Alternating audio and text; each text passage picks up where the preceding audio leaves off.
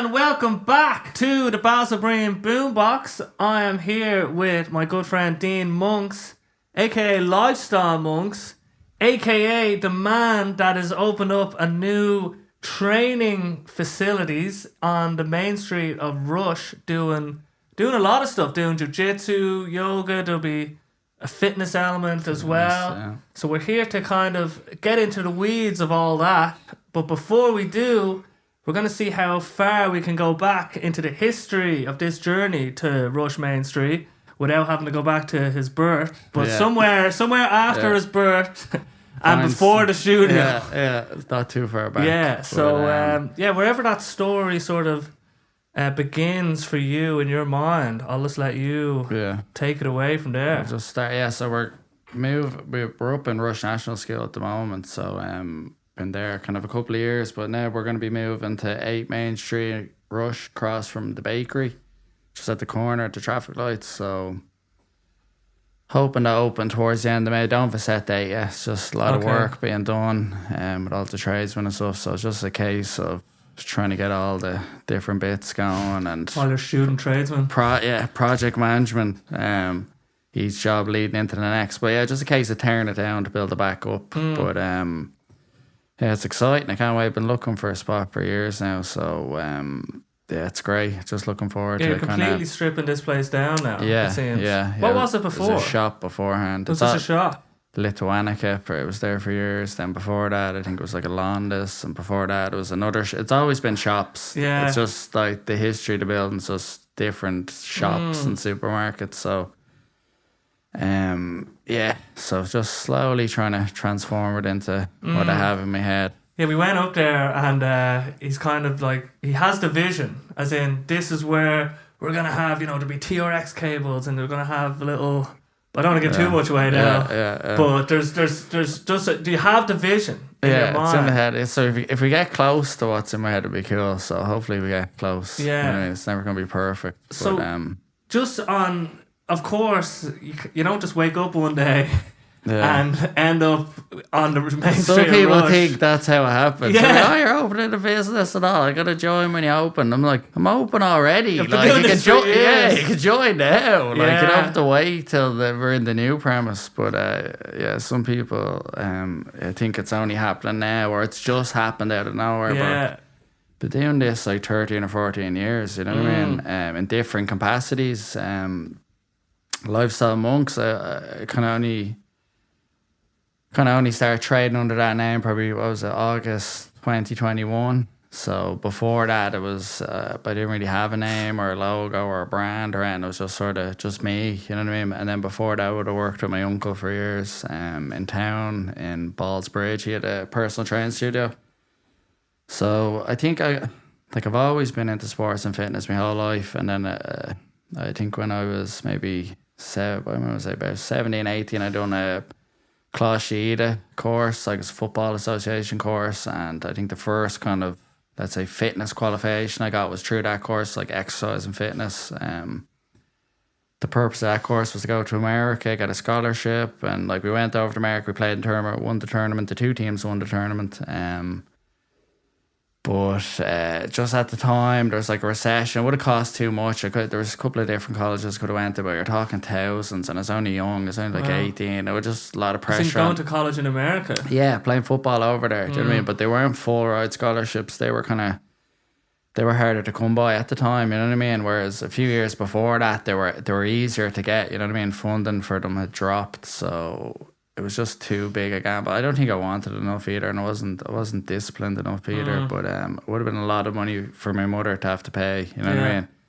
So we didn't go with that in the end. But anyway, ended up getting into fitness then. Tried other stuff before that, but went into the fitness then. Studied personal training. And then my uncle, as I said, had a personal training studio in Ballsbridge. So I think it was like 2012. I would have went straight in there and just went straight into personal training. So I was kind of lucky in that sense, because a lot of people will go into like the public gym, have to go around doing gym instruction, cleaning the place, maybe teaching classes, doing a little bit of personal training. You know what I mean? They're kind of, they wouldn't have got to get to where I got to straight away. I went straight into a private training studio. So that was like that was a gift, you know what I mean? Like it was just great that my uncle was in that position, and he took me in, do you know what I mean, and helped train me up and built a big client list over the years. Went really well. It was going great, but I think I definitely was doing too much, do you know what I mean, for too long. I was doing, like, I would have been up at 4:30, kind of 5 days a week, getting to the gym, kind of maybe 5:30, 5:45, and I wouldn't, most of the days I wasn't leaving till like 9:30 that night, or an early day would have been 6 p.m, you know what I mean? So I was doing crazy hours, loads of PT sessions, like some weeks be over like 60 sessions and more, you know what I mean? So you're ranging, it could be between 45 and even up to 70 sessions, I think, at one point. So it's just a lot. And then I was still playing football, I was studying. You just keep going. Is everything okay? Yeah, just just wanted to make sure in my brain that I press play that's on the video. Yeah, better to check now than an hour later. Yeah. But so I was working hard and I was going great, and that's what I wanted to do, and I ended up studying then neuromuscular therapy, got qualified in that, so like orthopedic sports massage and stuff, so just for injuries, muscular, skeletal injuries.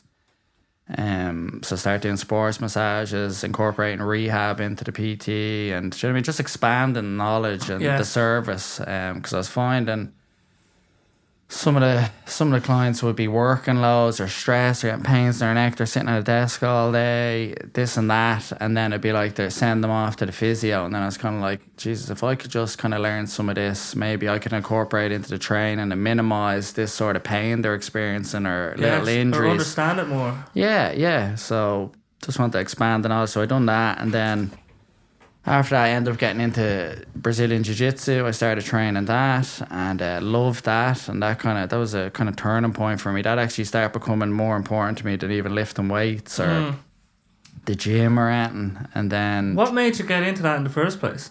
Brazilian Jiu Jitsu. Yeah. So basically, my dad would have been, like, he was always into martial arts, and so my dad would have lived in New York kind of from a young age. He moved over there, so I would have went back and forth seeing him every year during the summers and stuff, and we'd always be watching like some form of martial arts. That's what he loves. He's never into soccer or anything like that. I'd always tell you he has 2 left feet, so he was never into any kind of ball sports or running, or it was always martial arts for him. He used to do judo when he was a kid, and he used to compete as your dad. My granddad used to bring around Ireland and England competing.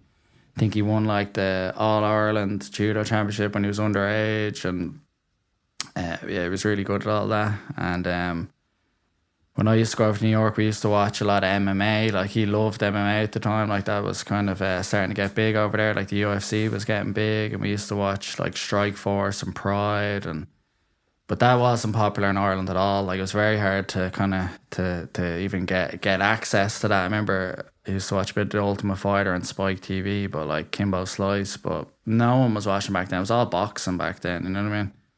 But so I was always interested through him, and then I think years later he started doing jiu-jitsu in Henzo Gracie Academy in New York, and I was interested in doing it. But then I joined a gym in town in Wild Geese. It was Republic of Jiu-Jitsu at the time. It had a different name, but that's what it's called now.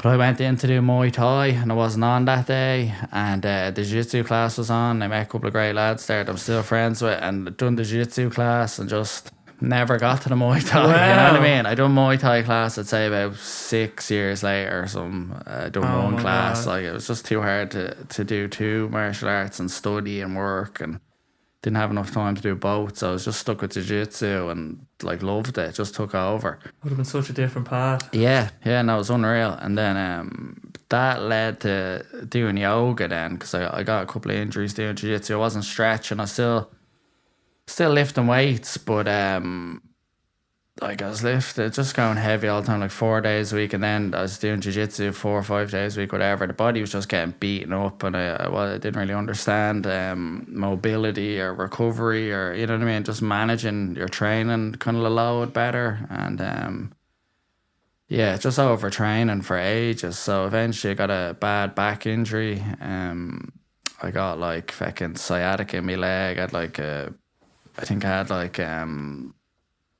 nerve essentially in the lower back. That's like the sciatic nerve runs down your leg. So I was just getting pains down the leg and in my lower back for ages.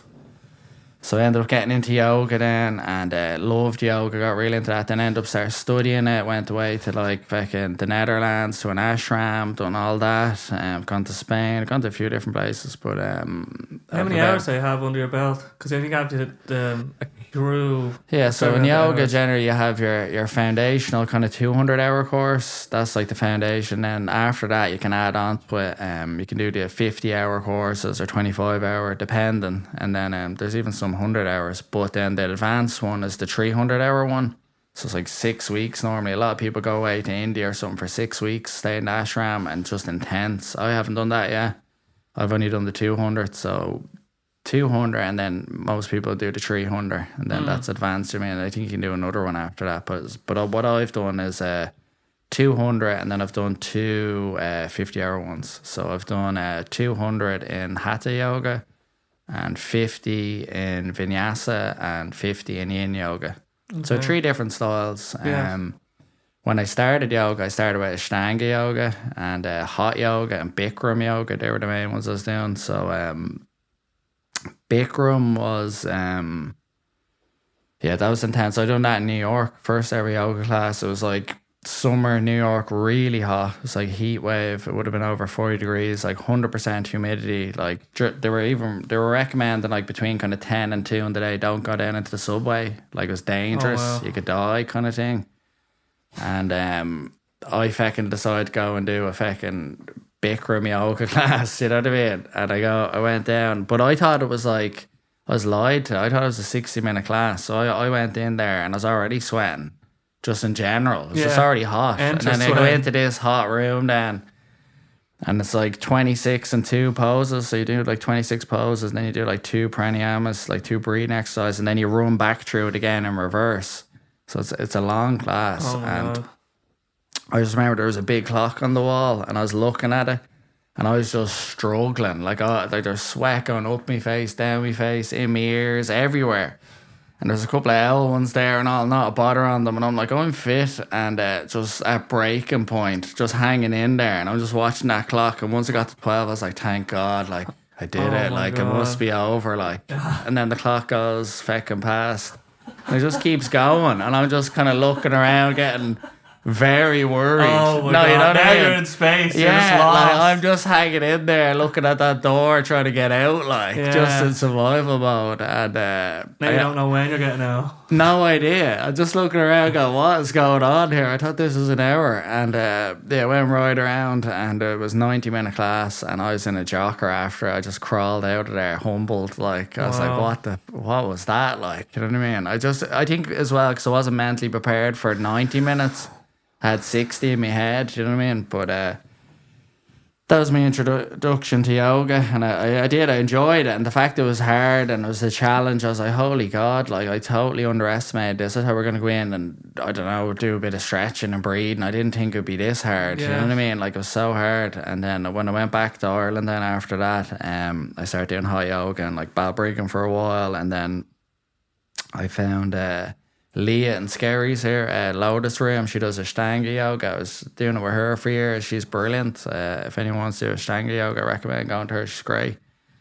So I used to do that with her. And then as time went on, I was finding between the hot yoga and Ashtanga, like Ashtanga's more a yang yoga. It's a fast-paced style. You're constantly moving. And so like it's a great style. But I found... between like strength and condition, like lifting weights and doing Jiu Jitsu, I need something a bit slower. I can't be all up here in the kind of hard fucking red yang zone. You know what I mean? I need a bit of the more towards the end, the slower side. And that's when I started exploring other styles of yoga. And eventually I kind of landed on Hatha. I felt like that's a happy medium. You know what I mean? There's elements of movement in it that's fast paced, and then a lot of it's slow as well. And I just love that style. And then last year I went to Spain and done Yin yoga, which is really slow. Like that's down the very end. You know what I mean? With restorative yoga, if you look at a spectrum of yoga, like there's Yang, which is the hard style, and Yin, and right down So I studied that, and yeah, that was great. It was unreal in Spain. Lovely place. What's it called? I always find it hard to pronounce. It's like Surrey Lilila, I think it's called. It's just a weird spelling. Yeah, it's in Spain. Anyway, check it out. It's a nice place. But studied that, and just found that too slow. I was like, right, there's slow and there's too slow. Like somebody, you're sitting in the same pose for like 7 minutes at a time and stuff. Like it's very slow, but it was good to experience that. You know what I mean? But yeah, initially you jumped into yoga because you were feeling your body was getting. I was out of balance. You're out of balance. Out of balance. So I wanted, like, a big influence for me, let's say, through Jiu Jitsu was Rickson Gracie. I don't know if you ever heard of him, but he's like considered one of the greatest kind of Jiu Jitsu practitioners ever. And he's into Jiu Jitsu. He's really into nature and like cold water therapy, and he'd be spiritual, and he used to practice yoga, and then he got into this thing called gymnastics natural, which this Brazilian fella, Orlando Canning, I think his name is, he developed his own kind of style. It's sort of like yoga, but sort of animal movements as well. Like, I don't know if you've seen, like there's different kind of systems that use a lot of animal movements. So he kind of incorporated all that together, and breathing and just kind of meditation through movement. That's sort of the idea. So Rickson was always into that, and he's into pranayama, all the different kind of breathing exercises, like Wim Hof and stuff before Wim Hof. And so he was a big influencer for me. So I was like, geez, what is he doing? Like, what is all this breathing stuff? And he's talking about being able to control your breath and stay calm when you're in bad situations and not panic, and do you know what I mean? Just controlling your emotions through your breath, all this sort of stuff. And I was really interested in that. So that was another pull towards seeing what yoga's about, you know what I mean? And then once I got into it, like the breathing and the meditation was huge then. I got really into meditation. Like at one point with the meditation, like I'd be sitting for up to like 45 minutes, even an hour. It's just stillness, silence. I don't do that anymore. But when I first got into it, I fucking maxed it out, see how far you can go with it, you know what I mean? Yeah. But I just found, I don't know, when you get to, this is for me anyway, when I got too into meditation, I became a bit passive in my life, I felt then. I was nearly too, kind of just letting things happen and not acting when at some points you need to act, you know what I mean? So I think I slowed down the meditation a bit to get more active in my life then, do you know what I mean? Because you can get nearly too kind of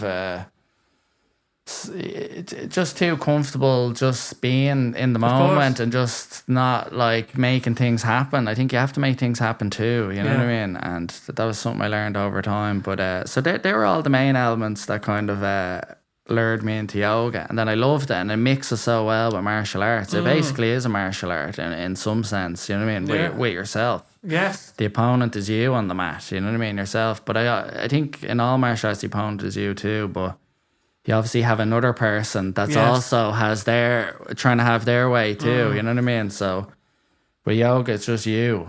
You know what I mean? And I just found it just worked really well with Jiu Jitsu. The crossover is just great. And I started making sense why Rickson got into that sort of type of training. You know what I mean? Yeah, okay. So then at what stage in your Jiu Jitsu sort of journey did you start getting into the yoga? Like what belt maybe? Would that be a good point to say? It would have been like blue belt. Blue belt. So it's only the first belt after white belt. So yeah. So once that... So really started growing with you, in a way. Yeah. So I started dabbling in it when I was blue belt, but then I got that bad injury when I was purple belt, and that's when I really started going into it then, you know what I mean? That's when I was like, right, I have to make a change here. I have to change the way I'm training. I have to manage my body. Like your body will fall apart if you don't look after it, especially like in Jiu-Jitsu. If you think about what we're trying to do, like we're throwing people on the ground, taking them down, but we're also trying to like hyperextend joints and twist joints and ligaments. So like already, like the name of the, and like bending necks and stuff. So the name of the game is like destroying joints. It's like constant tension. Like if I start tensioning this pen, eventually it gets brittle. Yeah, you know so you need to look after your joints. You need to keep them all healthy, and you have to look after your spine. Like it's that's it. Like you got to keep that spine healthy. The better you do that, the longer you'll be able to do jiu-jitsu. And in jiu-jitsu, a lot of the times the posture, especially on the ground, when you're in the supine position on your back, you're in like a triple flex position. So like the cervical spine, your neck is rounded in, flexed. Then your thoracic spine, which is like your upper back, mid back, that's rounded. Then your lumbar spine, lower back, tailbone, that's all tucked in, rounded.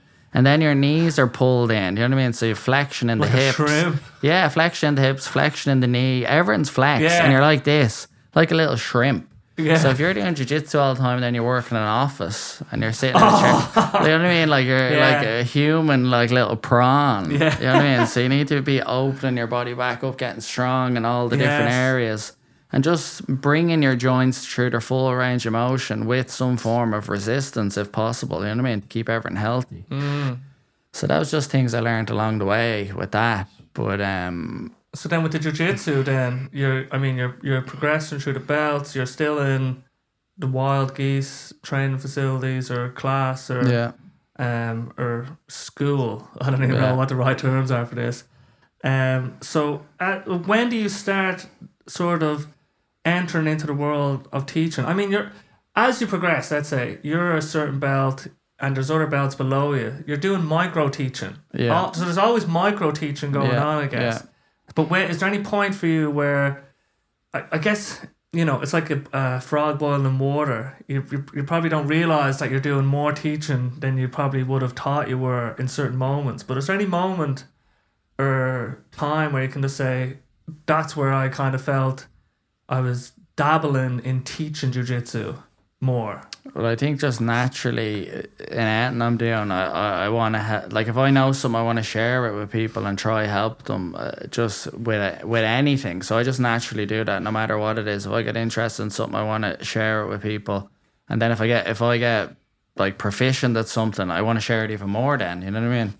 So that's just, I'm like that with everything. So in jiu-jitsu, like generally if you get up to purple belt, that's sort of the belt that you're permitted to start teaching at, you know what I mean? So that's kind of a universal thing. But people at blue belt might help as well, might teach, like that's possible, especially teaching the kids and stuff, that's very common as well. But I think once I start learning stuff, I'll show people, you know what I mean? Yes. I've just been like that. So if I get done a cool move or learn something, this is working, I'll share it immediately. This is the way I am. And so I've kind of always done that. I didn't start teaching until I was purple belt. I started doing private lessons, and that was the build up of how we're at the jiu-jitsu club now. Do you know what I mean? Started private lesson, one person, then another person joined in, then a third person. Then it was just small group classes. So what do you remember in terms of the first private lesson you did? Did someone come to you? Yeah. So one of my friends, shout out to Barry Mulholland. Barry Mulholland, the first ever private class. Yeah, the first ever. Wow. So he was doing PT with me at one point in Rush, and then he was interested in jiu-jitsu, obviously, because I was doing what we're talking about it, and then I would have brought him into town, into Republic Jiu-Jitsu to train and stuff, and then then we just started doing private lessons. And then one of our other friends, James Fines, he joined, and then another fella, James Harford, then was the three of them, and we were doing that for a while, and then more people slowly started joining, and then it was just a small group though at the time. I didn't want it to be anything more than that, so I kind of capped it at 4, kind of 6 people, and done it like that for a good while, like a year or two, and then it just more people wanted to join, and just started growing, and then started advertising, and then sure. It's turned into what it is now. You know what I mean? And now he's just in Rush, and that's the whole end of the story. Yeah, at the end. No, but in terms of, I guess it's so interesting how something can just snowball. And like, that's just life. It's just gradual, incremental steps. 100%. Start with one. You know what I mean? But if we go back to the PT at the start, I started with, like, I had no clients when I started in Ballsbridge with my uncle, and then I got one client. I used to come in and train one person. That's where I started. And then roll on years later, I was fully booked. I had no slots left. I was maxed out. You know what I mean? I was doing like 60 odd sessions a week. So go for it. You have to start somewhere. You know what I mean? That's with anything. Like even your podcast, you get one view, one episode, one. You know what I mean? One conversation. It all starts with the first step. Exactly. People kind of want to skip all that part and just jump to the end. But like that's not how things work. No. It's about a process of step by step. You get to where you are now and where you could be going, you know what I mean? But always kind of just stay on that first step. Don't look beyond it, because you might miss the step then, you know what I mean? Like, all there is the step in front of you. Exactly. That's all there ever is. Do you know what I mean? The rest is all in your head. It's not even real yet.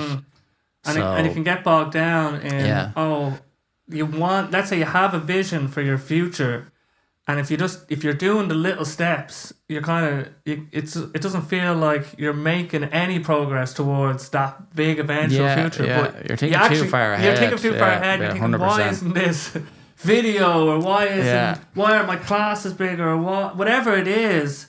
You just have to be willing to take that step every time, and just and have faith. Yeah, it's like an act of faith, really. Yeah. And then it's also an act of, don't enforce your expectations on reality. You know what I mean? You can have the North Star, you can have the direction, but you can't actually tell reality what to do. You can maybe hope for the best, and with your actions, put yourself in a situation where that is more possible than not. But you also have to understand, like, life can just be whatever life is. And you can't control everything. Yes. There's so many things out of your control. So you can set a goal, and then how you get to that goal is kind of out of your hands in many ways. You know what I mean? Like, sometimes you need to be open to a different way of getting to your goal. Yes. You know what I mean? You can be so rigid that you're actually closing off all these other opportunities that are around you that you're not even seeing, because you get too narrow-minded.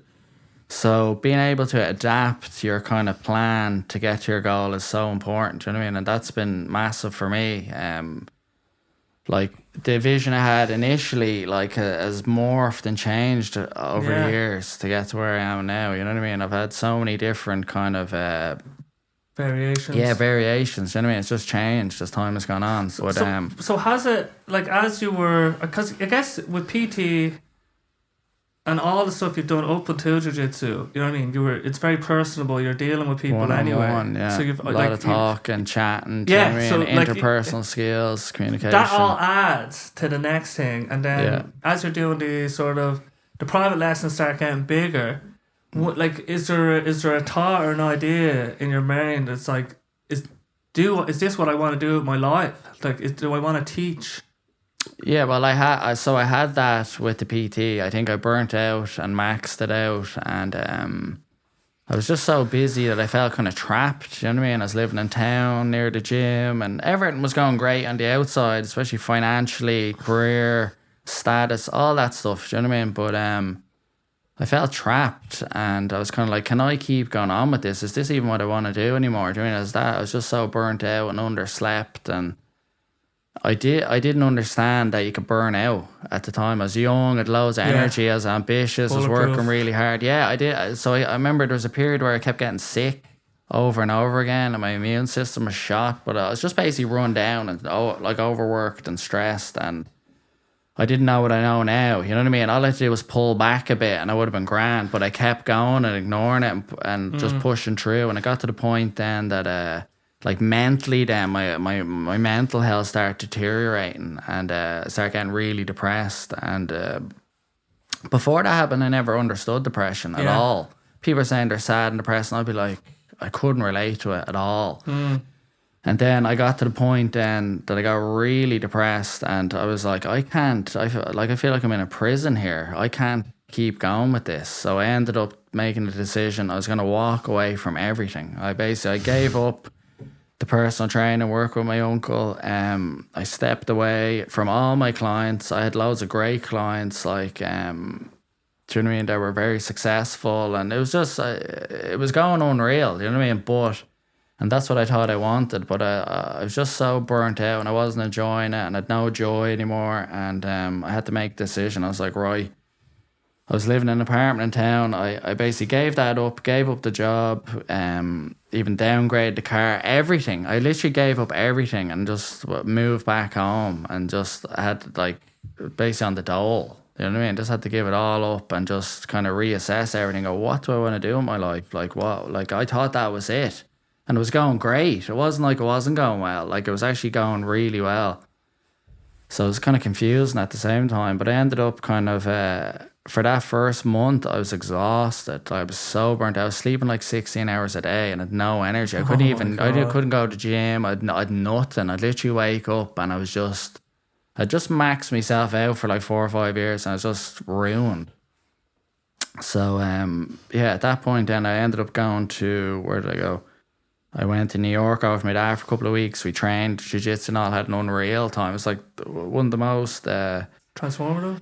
Influential? No, I'd say it was one of the best times we spent together, like as in doing things, and like he took work off for the 2 weeks. We done loads of stuff, done loads of training together. It was just a great time, eating in nice restaurants. It was exactly what I needed. Yeah. And then I went over to Amsterdam then for a few days with friends. That was great. And then I went over to New Zealand for like a month over to a couple of friends over there, and that was like crucial for me because I got away from Ireland. I was on the other side of the world, the big time difference, and the lads were still working when I was there, so I had a lot of time on my own. And one of my friends, Giggsy, he gave me a lend of his Jeep, and he'd tell me, he'd go on the map and go here today, or he was telling me all these cool little towns to go to around New Zealand. So I just get in the Jeep and I'd just be going out on the road on my own, like just spending time in my head figuring out, what do I want to do in my life, like what is it? I thought it was this. I've developed all these skills, like what am I going to do now? It's just at a serious crossroads, and I go to these little towns, get a coffee, see stuff, take photos, whatever. And then that's when I start coming up with the plan of, like, I wanted to set a personal goal, nothing to do with the career and like what. So one of the goals was I wanted to get a degree. I didn't have a degree. I went to college years ago, studied computers and done other stuff, but wasn't into it. Dropped out after like a year. Any of my qualifications were like FETAC level 5, 6. I didn't. So I wanted to get a degree. That was the first thing. And I wanted to see if I went back to college, could I, like a big thing when I was in secondary school was the teachers always say like, oh, he's loads of potential, doesn't apply himself. So I was like, could I go back to college and treat this like I would treat like a physical endeavour, like Jiu Jitsu or something? Could I go back and give it my all? What could I do academically? Like that was just unrealised potential there throughout school that I just never applied myself. So I decided, right, I'm going to go back to college. And the second thing was I want to start my own business. I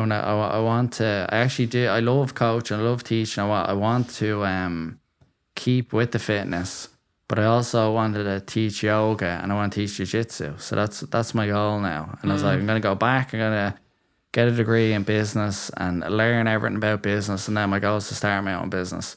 So I realised all this when I was in New Zealand. So after you burnt out. After I burnt out, yeah. So I had time to reflect. Yeah. And then I found out about the back to education system. So I found out that you could go back to college and the social welfare will support you. Do you know what I mean? They'll pay for your college and you get some funding so you can go back as a mature student, and it just takes a bit of pressure off then. I didn't have to work loads while I was in college. Because all the other course I would have done, I was always working flat out and I do the course, and it's just too much at times. You know what I mean? I was always doing a bit too much. But so basically went back to Ireland then, got on the course. I think it was like Green Hills and Tallaght or something. It was like a business course, and delighted. I got accepted early in the summer, so I knew I was going. I was just enjoying the summer, nice weather, whatever, training away, and doing little bits of PT here and there, bits of the Jiu-Jitsu privates, like minimal hours though, do you know what I mean? Because I was very concerned about burning out. So I felt like I can't handle much stress at the moment because I couldn't. I was like, I felt like I broke something inside me at the time, and I was very cautious of stress. I was like, I can't. But as soon as it starts speeding up again, all that. You can feel the symptoms coming back. Yeah, like, whoa. So I was scared of shite out of it. Honestly, like anyone that had burnout, they'll know what I'm on about. But yeah, so a week before that course was starting, I get a phone call. I remember I was just getting into my car, and they're basically like, "Here, Dean, unfortunately that course isn't going ahead. We didn't get enough people registered in the course, so we're not going ahead with it." And I was like, "No way! Like, what the hell?" And they go, "Here's 2 other courses in different kind of colleges that are similar. Ring them. Hopefully you can get a spot in there." And I was just like, no way. So I rang Stillorgan College of Further Education and got onto the principal there. I had a good chat with him, and then he was happy to take me. So started that like a week or two later. So it's just last minute. Went in there, studied there for the year. It was great. I kind of felt when I went in there, it was sort of like, right, this is a 1 year course, PLC level 6. I'm not committing to a 4 year degree because I wasn't sure if I'd even be capable academically. I didn't know at this point. So it's kind of like, right, I'll do a year, see how I go. So I went into level 6 and I was concerned I wouldn't be able for it. And then roll on, end of the year, I got straight A's. I think I got like 11 A's or whatever it was. I got all A's, distinction, went unreal. Do you know what I mean? And then in the meantime, still doing jiu-jitsu, doing everything, you know what I mean? Still building up all the other skills. And then I used that then to go to IADT to do applied entrepreneurship. So I used that as an advanced entry. And I think I skipped the first year, went into second year. And then I done 2 years on that course. And it was an ordinary degree. So I got the ordinary degree. And then I could have went on and done the honours degree, or I could jump and do a postgrad diploma level 9. So I could skip the level 8 and go to the level 9 and do digital entrepreneurship. So so I was like, right, do I want to I'll have an ordinary degree and an honours degree in the same thing? Kind of like, what, do you know what I mean? I was like, does it make sense? Like, so I ended up going for the postgrad. So I just didn't do the level 8. I just jumped to the level 9 then and done that. And that went great as well. And it was a bit different. It was more about digital business, online business. So I learned loads in that. But I should mention as well, at the end of that degree, I actually won an award at the end of the year. It was for entrepreneurship. It was like the Olivia Burke Award. So it was actually a lovely award. And there was a bursary as well. So you got like funding to help you start your own business. So that was brilliant. That was like the little catalyst and encouragement to really start pursuing. But I remember when you got that award, though, you had sort of confused feelings about it and getting the award, I think. In terms of me? Yes, I think in terms of you receiving the award. Yeah. And acknowledging that you had gotten that award. Yeah. That was actually, I remember when they told me I won it. Obviously I was delighted, but then I wouldn't ask them about the bursary aspect. They never said how much did you win or anything, and then I was kind of like, it doesn't matter, like it's grand, you know what I mean? I wouldn't ask them then how much I won, and then I was like, what the hell's going on here? It's like I realised to myself that I wasn't fully accepting the award, and then so I had to kind of have a look at myself there and go, what is this about? And like, what's going on here? So I worked through that anyway, but the award, like, so just to give the backstory, I don't know if people remember, they might, but there was a tragic accident in, I think it was San Francisco, in America. It was in California anyway, and the Berkeley balcony incident. Have you ever heard of that? So there was a load of Irish students over in California, and for a J1 or whatever, they're in college, and one of those students was Olivia Burke. She was going to IADT. She was doing the applied entrepreneurship course, the one I was doing, and she was on the balcony. And tragically, the balcony collapsed, and they died. And so what Olivia's parents done, which I think it's unreal, just shows their character. They decided to create a bursary in honor of her name in the college. So I think every year they give out an award to like an entrepreneur student, and I just happened to win it that year. So it was unreal, you know what I mean? So they're like, they've turned like a tragic moment into something positive for someone else, like some sort of alchemy, you know what I mean? It's unreal. So really grateful to them. Just the I suppose the sad thing about it was this was during COVID. COVID had just happened. So when we were graduating, it was all online. All the awards was online. So I never got to actually meet the parents. I just emailed them a few times, thanking them and that. But so that was a cool little moment in college. And it gave me a little leg up to keep going. You know what I mean? Financially, and just you're on the right path sort of thing, and acknowledge that you're doing well. You know what I mean? Clearly, I can do this. Yeah. So so for my degree, same thing again, distinction, got mainly A's and B's. Then went on to the postgrad. That was during COVID. That was online as well. And at the same time, I done the 200-hour Hatha course. I ended up doing that online. The plan was to go to India, but then sure it was COVID, not going to India during COVID. So I ended up doing that online. So I was doing that course and the postgrad diploma in digital entrepreneurship at the same time. So leveling up in the two areas, you know what I mean? And then I got a distinction in that. That went great. Passed the yoga course, and then that was supposed to be the end of college. I was like, right, let's go. Now it's time to basically start the bit, like go all in on the business, go full time. But I was kind of looking at all my qualifications. At this point, I was like, right, I'm black belt in Jiu Jitsu. I have basically a level 9 in business now. You know what I mean? Like I've gone right up in that. Then the yoga, I'm up to like, I think it was 250 hours at that point. And then I was looking at my fitness stuff and I was like, right, for PT cert, gym instructor kind of diploma, exercise and fitness, spinning, all these little stuff. And then I was kind of like, Jesus, like my fitness, which was the main thing at the start, that's like my lowest area now. Highest maybe in experience, but lowest in terms of certificates and qualifications. Yeah, you can't get a black belt in fitness. So. Yeah, so I was just, no, you know what I mean? No, but I was just sort of like, well, how did this happen? You know what I mean? I've been building all the others so much that this one's now the lowest. So then I was like, right, I just done the postgrad diploma. Like the next step would be to, like, I could finish, like there was an option to do the dissertation and get a master's degree in it. And then I was like, geez, if I'm doing a master's degree, I want to do it in something like I do love business and it's fun learning, but I want to do something just for me at that level. So that's when I decided, right, if I'm going to do it in fitness. So I ended up applying for a Master's of Science in Strength and Conditioning in Southeast Technology University in Carlow. And they accepted me and I went on that for 2 years, done part-time.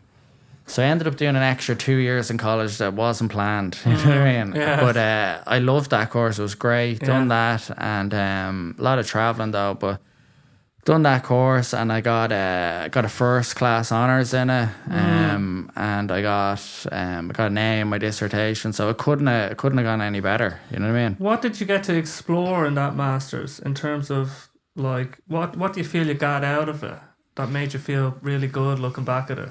I suppose in terms of just reading the latest kind of literature on like sports performance, skill acquisition, all that. What was your dissertation or your main thesis or? So I done that on the prevalence of injury in Brazilian Jiu Jitsu. So I tied it back into Jiu Jitsu then. So that was my whole dissertation. It was just on like basically, I done like a retrospective survey questionnaire, and I think I got like maybe 1,100 responses or more. I think it's probably the most responses out of anyone ever done.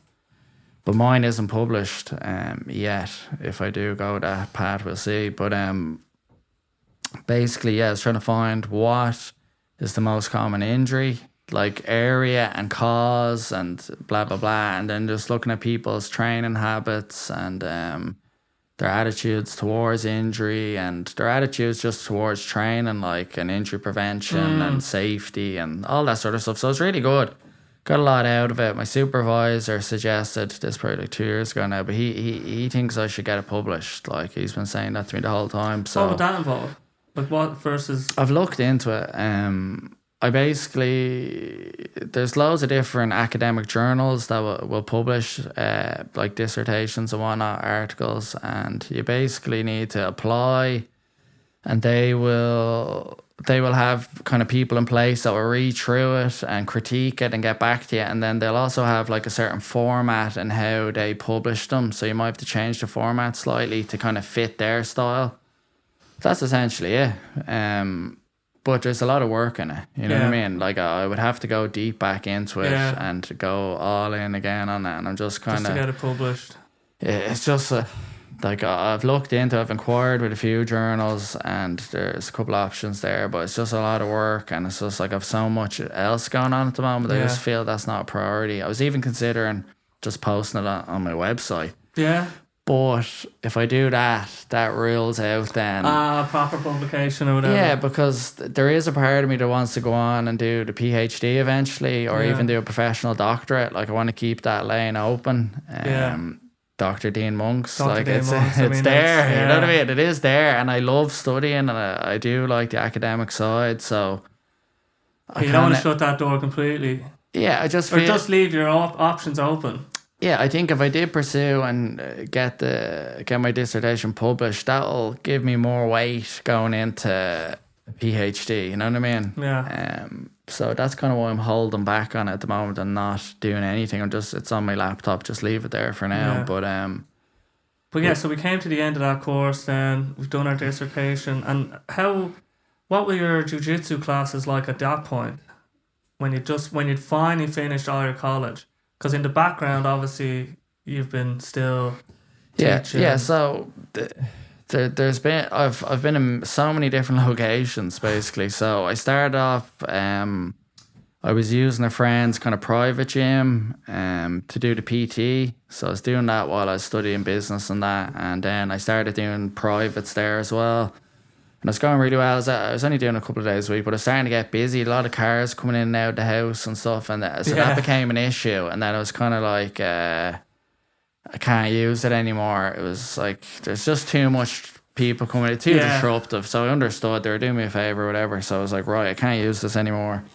So then two of my friends that were training with me, Basil and Michelle, shout out to them, they like kindly said they had a garage out their back garden, so they're like, here, you can use that for the time being. So I was like, oh, brilliant. So started training there. We got mats, we were doing jiu-jitsu in there, and then that was great. But it was still I wasn't really promoting it or advertising at that point, but we were doing that for a while. But then COVID happened, so that was the end of that. So then we'd nowhere. I was back at home, and I remember I was just out in my garden one day. I was just looking at my shed, and years ago, as you know, we used to lift weights in there and train there, and we used to have loads of lads coming up and lifting weights and all. And I was like, feck it, like the floor was in bits. Yeah, it was just from deadlifting and all sorts. That bouncy floor. Yeah, it's like just no like gym flooring at all. Like, do you know what I mean? It's just ridiculous to be deadlifting in there, but we were. And so I ended up getting one of my friends who was like a carpenter. He came in and put a new floor in, and then I was like, right, we can probably use this for jiu-jitsu and PT or whatever. So I started doing it out of there for a bit, and we got these like cheap little kind of fucking foam mats off eBay that done the job, you know what I mean? But we'd have like 6 or 7 lads in there, and you couldn't even stand up. You couldn't even stand up in the place. You couldn't do any stand up. It was all on the ground. And I remember one day one of the lads went to push off the wall and put his foot through the fucking shed, and you know what I mean? But like, we made the most of it. We had a good time in there. We trained away, little pod. I know back then, like, people, like, especially with COVID, weren't mixing, so you'd have your little pod. So we had just a solid group of like 4 lads, and that was it. Yeah. And like, I remember someone else on the joints were like, no, we'll just keep it at this. So we done that for a while. Then I was like, right, I'm going to build a cabin out the back. Let's build a proper cabin way bigger than this one, and you can actually stand in it. You know what I mean? Not crawling around the ground. So I ended up building a cabin, and then, just started fucking advertising it, then started getting more and more people. Then I started doing yoga in the cabin as well, and then I was doing like fitness as well, like mainly PT. So that was going great. So technically, the 4th location, even though the cabin's beside the shed, but fort. Yes, fort, technically, yeah. Technically, yeah. So we called it the shack. So we're in there, and then fucking one day I got a phone call from the council, and they're like, "Here, are you running like a business out of your backyard and all this stuff?" And like the way they were going on was like I had a fucking Globo gym out the back, or you know what I mean. And I was just like, all right. So anyway, they ended up coming up and having a look and explained the situation. I was like, here, I'd after been I actually missed a part of the story. I actually at one point before the cabin, I actually went back and started working with my uncle again part-time. One of his trainers left kind of just before COVID, and he was stuck, so I jumped in, started doing PT again, helping him. And then I was just saving to try build that cabin. So I was doing a bit of that on the side as well. So anyway, I ended up, I'd left then with my uncle again. I wasn't doing it anymore. So I was just at home. So I was just back in Rush, and I was basically kind of looking for somewhere to rent, but like not pushing it. I was inquiring, blah, blah, blah. So we were using the cabin for now anyway. And then, the council came, and I just explained the whole situation. I just showed them here. I've been approaching like different places trying to rent and blah, blah, blah. And it was grand. They were like, here, this is like a home gym. It's your grand. And then I found out one of my other friends was reported as well, but I think it was by the same person. But so they got shut down then as well. So yeah. So that but what it done was it gave me a good little push, and it kind of accelerated the plans. I probably would have stayed in the cabin longer and just waited to get a proper premise eventually. So I could have been there a lot longer. So I ended up going down and approaching the community centre in Rush. Started renting that, and yeah, we got in there. So we're in there a couple of days a week and bringing my gear down there, bringing the mats. And do you want to let the cat out? Yeah, let's let the cat out. Yeah, go on. What's that if I need it? Let's just get rid of this. Yeah. Yeah.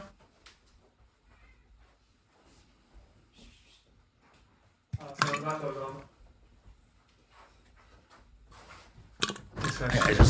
Just do a cut or something. Yeah. Yeah, so I started going to the community centre, but the only problem was I'd no way of getting my gear up there. So some of the lads we had, like shout out to Keith and Devine and Baz, all the lads with the vans were helping me a couple of days a week. They'd basically come up to me first, load me Jiu Jitsu mats in there, the yoga gear, and then we bring it down and I'd teach the classes down the community centre. That was going really well, and then I got my own van then, so that was unreal. Basically like a mobile gym now. Now I have all my gear. I can go anywhere. So I started doing like house calls with PT and stuff, and then I was doing the class in the community centre, and then we just kind of quickly sort of outgrew the community centre. So I started renting the sports hall up in Rush National School. I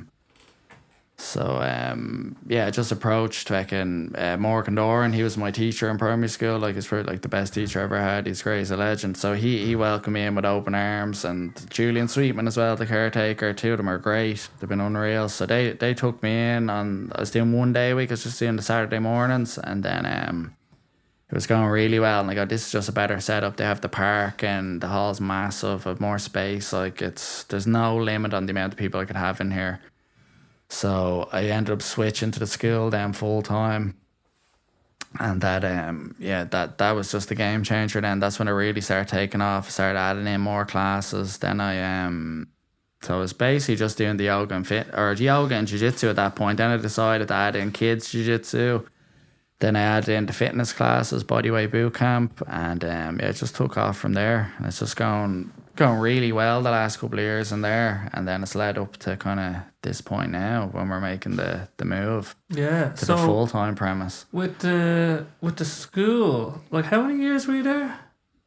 I don't know if it must be nearly 2. It has to be. I don't know. Like the dates aren't all like course. locked. Chronologically lined up. It's all true. I'm jumping back and forth here as well. But so when you were in the school, when were you always thinking about the idea of your own premise? Like, because I looked into that before going to the community centre. I was actually reluctant to the thoughts of renting a room and stuff. I was a bit kind of, I wasn't that keen on it at the start. And let's say my mother, in fairness, she was at me for ages going, that's what you need to do. And I was like, no. And especially when I had the cabin, I was like, why would I rent a room when I have a room? You know what I mean? It doesn't make sense. Like, you're just adding in more overheads, more expense. You know what I mean? So I just kind of was resistant to that idea. But as I said earlier, sometimes the path isn't the one you have in your head. You know what I mean? So once I opened myself up to that idea and that opportunity, it's led to so much more. You know what I mean? I was closed off to that idea of renting a room because I already had a room technically. But then once I got reported, it's like, oh, that room isn't viable anymore. Now I have to think outside the box. So it was great. So whoever reported me, thank you. Gave me a good push there, accelerated the plans. So it was really good in that sense. So once you get into the community centre, it seems more real, more professional. It's on the main street. It's I think the brand Lifestyle Monks started becoming more real. More people started hearing about it. You know what I mean? It was spreading more.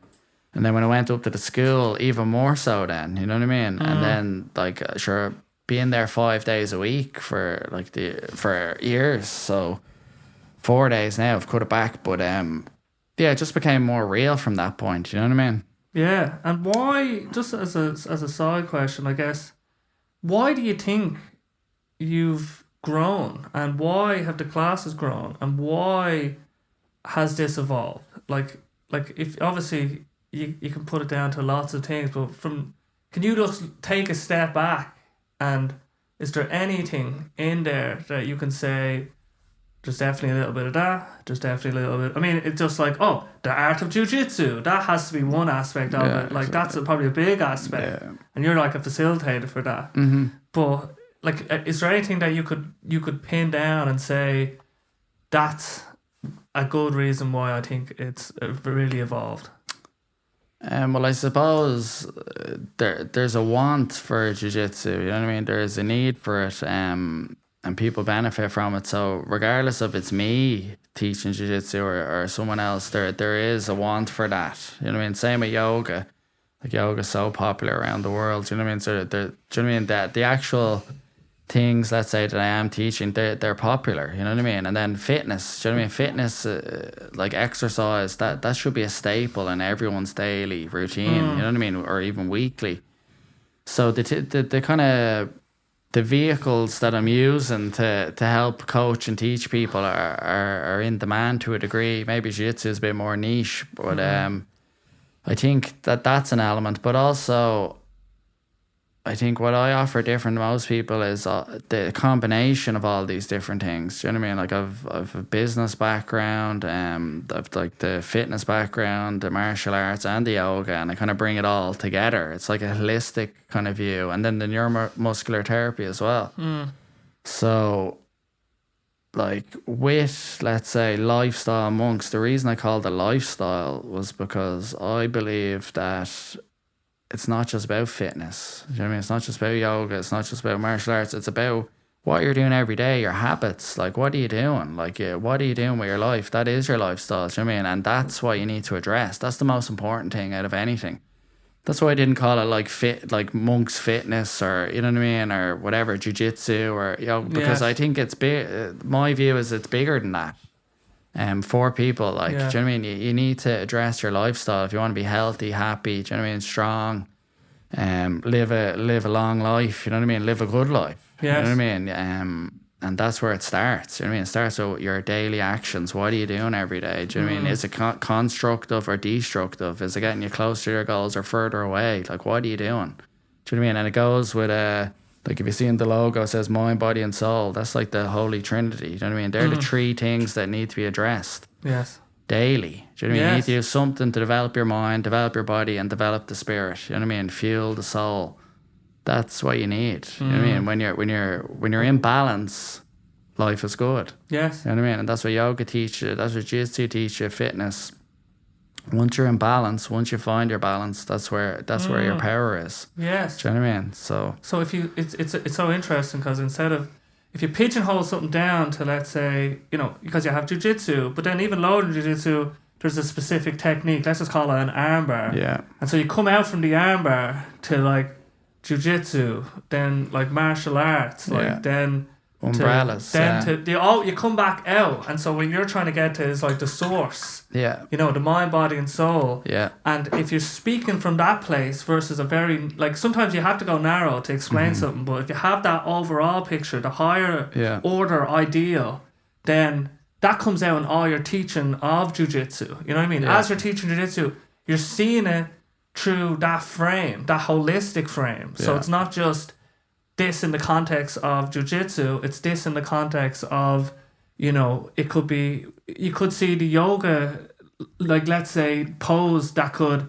facilitate someone being able to extend themselves more in a particular scenario. Because you're like, oh, if you practice this would help you in this position. And you're piecing it all together, probably without even thinking about it like that. It just happens in the moment, maybe. Yeah, and I think they all develop your mind, body, and soul if you allow them, and if you approach them the right way. Like, for me, I was all body for years, only body. You know what I mean? I wasn't trying to develop my mind or my spirit at all. You know what I mean?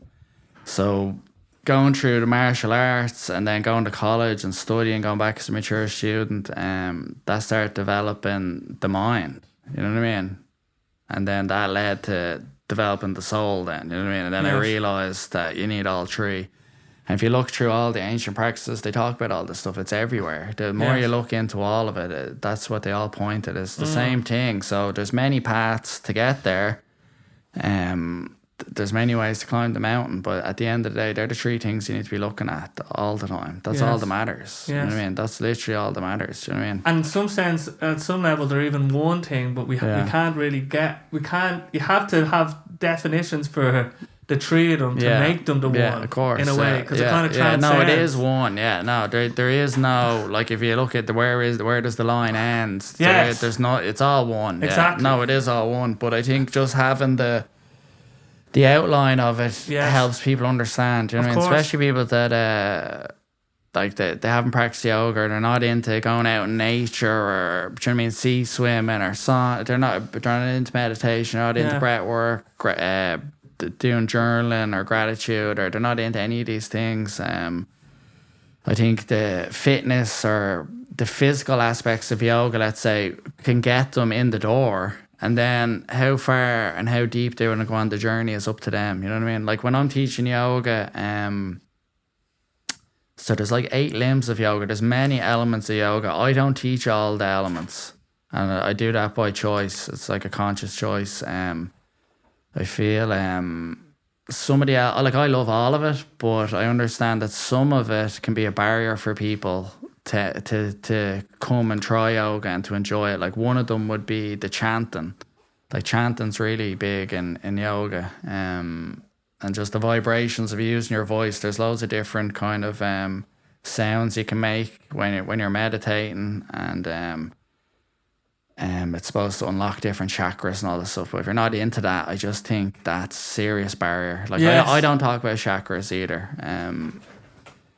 Whether I believe in all that stuff or not doesn't matter. It doesn't matter what I think. Yes. But I feel if I'm teaching a class, I'm talking about chakras and we're all chanting and all, I feel there's just so many barriers I've created there. Like, do we need all that right now? Do these people need this? Do you know what I mean? So what I focus on in the yoga is pranayama, which is breathing exercises. I think that's huge, because you can use that throughout the day, all day. You're giving someone a tool that they have with them all the time, whether they're driving, they're in work, they're feeling stressed, they're feeling angry. They realize that the power of their breath can kind of transform how they feel in the moment, and give them those couple of seconds before they react to people and show maybe a side of themselves they don't want to be shown. You know what I mean? It gives them more control. So I teach breathing exercises, then I teach movement, stillness, and then there's elements of strength and flexibility in there too. And that's literally it. Do you know what I mean? And relaxation. I put relaxation in, but that's it.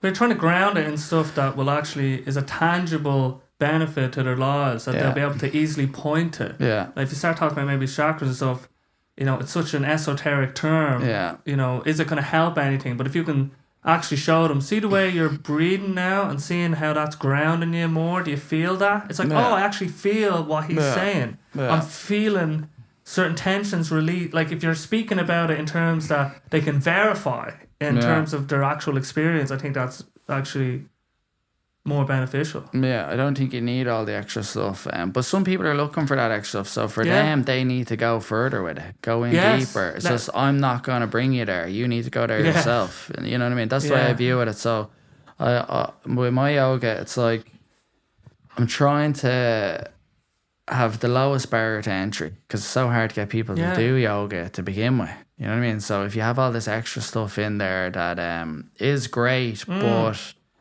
if it's gonna scare off more people, why include it then? You know what I mean? You want to help as many people as you can without totally diluting it. You know what I mean? But the problem is when yoga moved out to the West, like the yoga that people think is yoga is actually asana practice. Asana is the poses, the postures. That's only an element of yoga. It's not the whole thing at all. You know what I mean? Like there's a diet behind it, a philosophy, a morality with it. It's a whole way of living yoga. You embody it. Do you know what I mean? It's how you live. It's a way to live. All they're like different branches of yoga. I mean, there's even, I just know Yoga Nidra, which is like a mind exercise. It's like yoga for your mind to like, you kind of scan your body or something. It's like, they call that like sleep yoga. Yeah, sleep yoga, yeah. But there's like, you can do concentration, you can do meditation. There's loads of these different things. And then relaxation as well, shavasana. There's all these different things that you can do with the mind through your breath and through visualization. That's a big element of it, like visualizing like a ball that's expanding when you breathe and contracts then when you breathe out, or like a white light coming out of the center and expanding through your body. You can do body scans. Yes. You can do loads of stuff, and you can end up actually having out-of-body experiences. Like they call it like astral projection. It's like when you leave your body. You know what I mean? You can start seeing really strong visual colors. They say you're seeing the chakras opening. You know what I mean?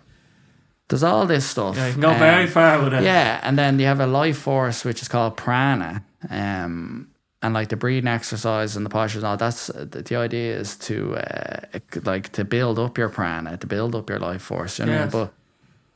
But I don't touch on all that though all the time. I could, you know what I mean? I've studied it all. I could, but I just feel I'm happy someone's just entered and stepped on the mat. Yes. You know what I mean? And we're gonna just go from there. You know what I mean? You don't have to overcomplicate this. But you know what I mean? That's how I feel with the yoga. But you've looked at yoga, you've gotten particular benefits from a certain slice of it, because we can even in Jiu Jitsu, even in fitness, we can only slice off so much. Yeah. And you're just following your own sort of interest and what you found benefit in, and then bringing that, because you wouldn't find it'd be disingenuous to bring other elements that you aren't interested in it. But it's not that I'm not interested in like the chanting. I love the chanting. Like I've gone off to like curtain fucking events, and like they're there and everyone's chanting together, all different religions together. I've done loads of stuff like that. I've done loads of chanting. I've gone and done sweat lodges, and we're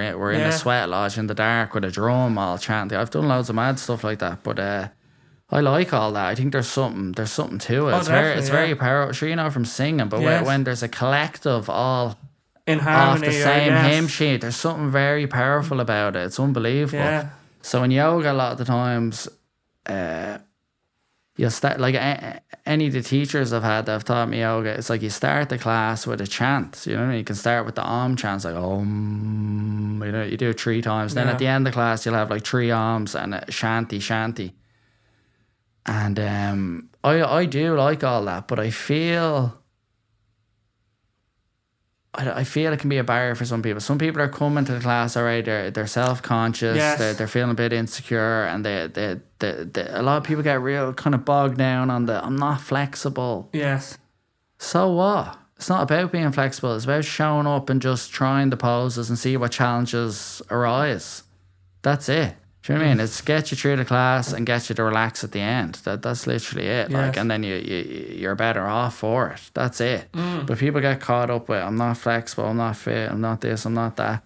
None of that matters. Yes. Like none of that matters. Like you get on the mat and it's just you on the mat. That's all that matters. Do you know what I mean? The fact that you showed up is what it's about.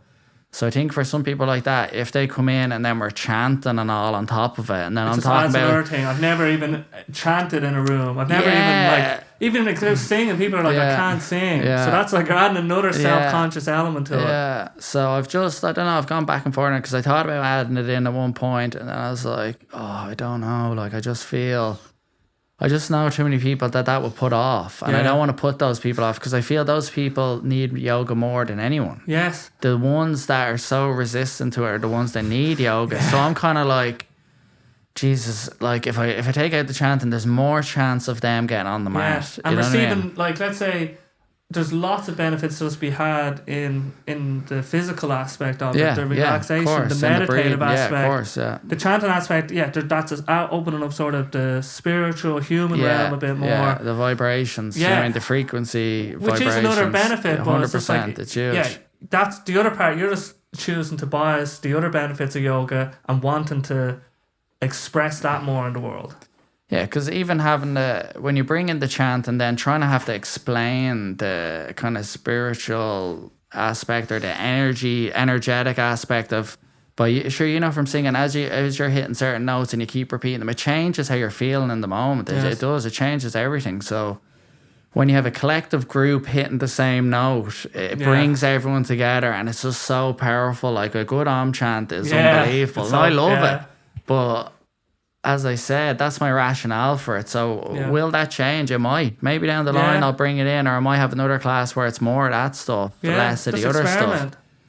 So with the new premise, the door is open now to experiment with all sorts of classes. You know what I mean? So we'll see. You've access to that 24/7. So exactly. You could do, like midnight yogas. Yeah. So you can, But if you wanted to, like, who's to say? Yeah. But so with yoga, that's kind of my viewpoint on it. I don't get into the diet. I don't get into the morality or ethics The of more yoga. dogmatic side, maybe. Is there a dogma, maybe? I mean, everything has a dogma. Like, even Jiu Jitsu has a dogma.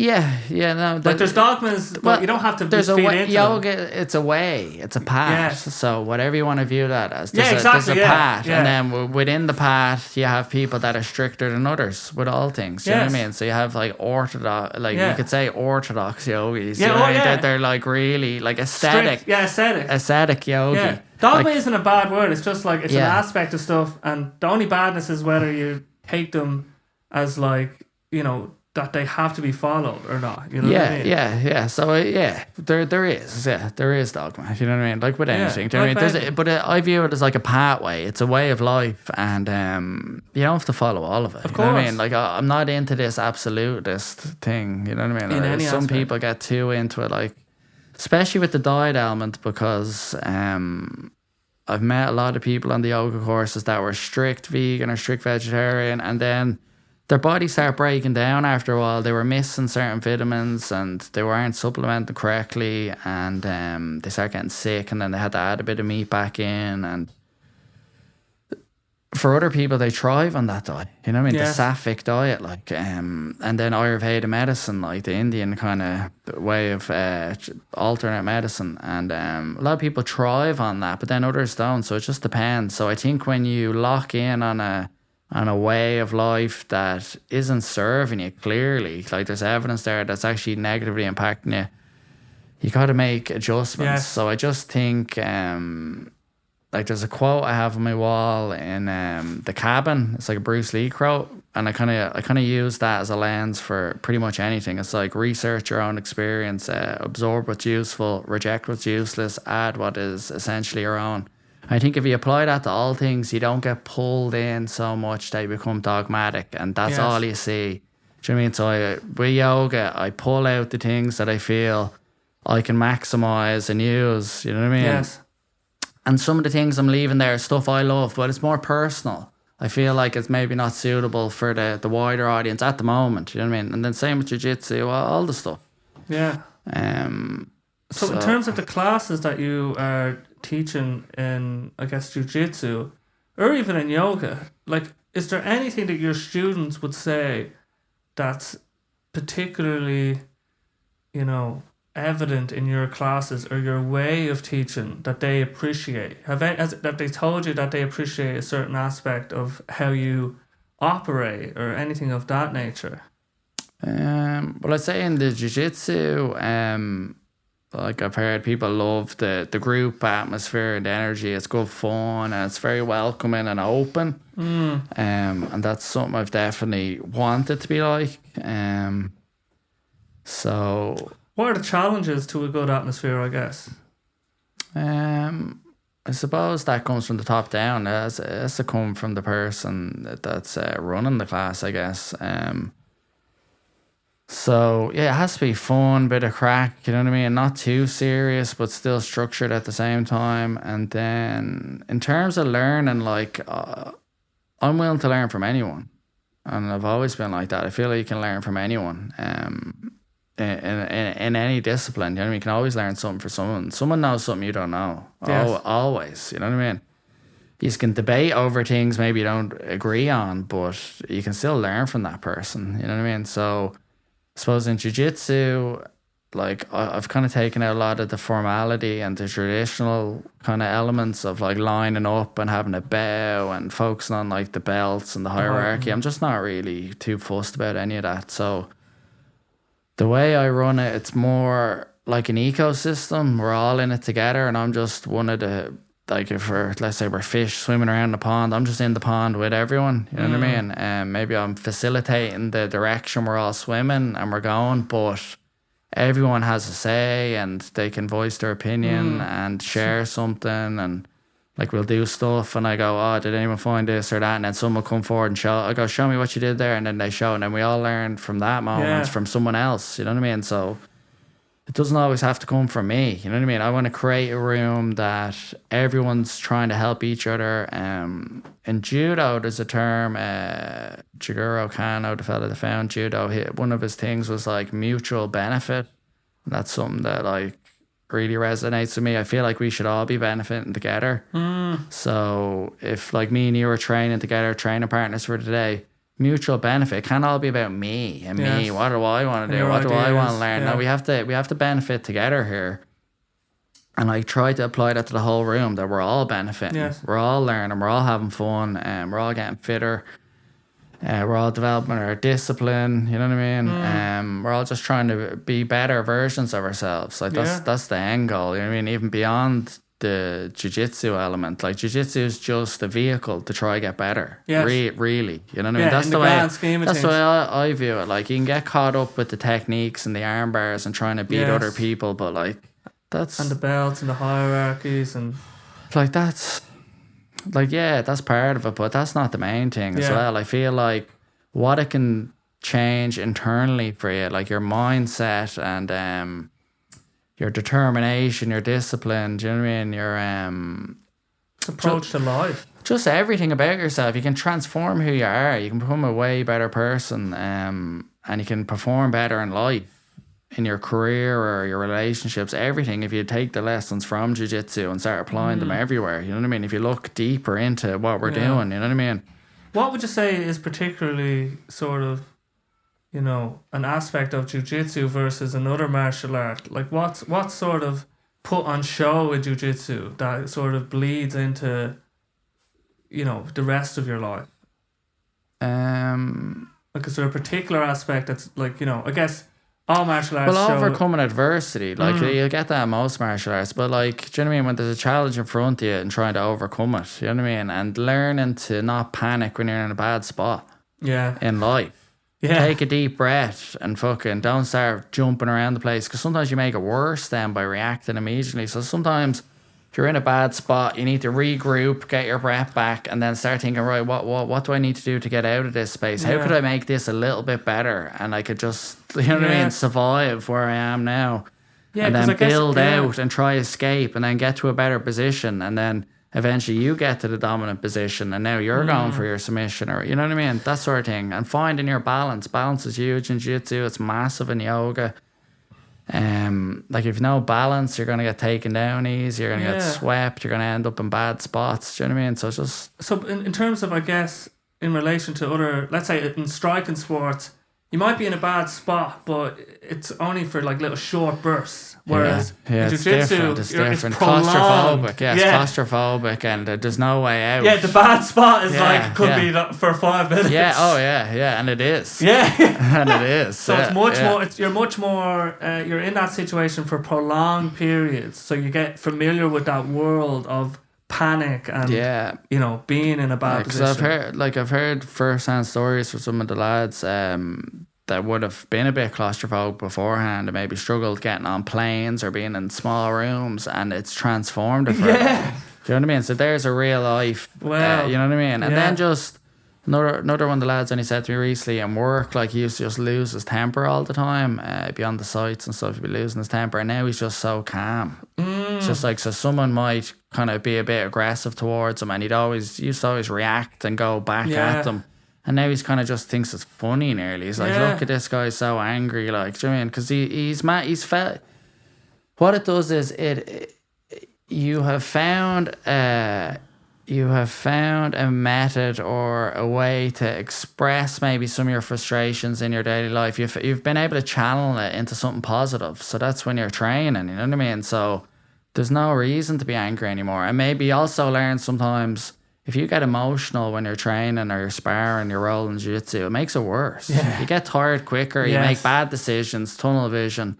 You need to stay calm. You have to be calm. You're at your best when you're calm. And that's in all areas of life, all the time. You're at your best when you're calm. You show your best self. You think better. You speak better. Everything's better. You make better decisions. So by learning that in jiu-jitsu, then you're in work and someone's trying to fucking, they're having a go with your end, and you're able to just deal with the situation so much better. Yes. Like, you just don't react to them because you know you're not gonna say the right thing or do what you'd want to do. You know what I mean? And so I've heard that from loads of people. That's been huge. And then for me, when I was in college, like, I'd be sitting there studying or having an exam, and it's like, well, it could always be worse. Someone could be on top of me trying to choke me now or break my arm. Yeah. You have that comparison. Gives a perspective. Yeah, you're like, well, I don't have to do 10 fucking 5 minute, excuse me language, but 10 5-minute rounds now, back to back, and I'm exhausted. I was like, I'm just going in to do a little exam here in college, pen and paper. Not a big deal. Yes. Do you know what I mean? Same for presentations as well in college. I found it really helped for that. Yeah. It's like, it could be a lot worse here. It could be going out doing a competition or like something way more. But that has physical consequences. I could get my arm broken here, or you know what I mean? Whereas I'm just doing a presentation, I'm just talking with a projector. I'm actually safe up here. Yeah. You know what I mean? So it does. You've been in so many adverse scenarios where there's like the worst scenarios, really. You know what I mean? Without the striking. And that, I think that's what's great about jiu-jitsu or any grappling sports, judo or wrestling, whatever, submission grappling, that you can train really hard and we're not taking blows to the head.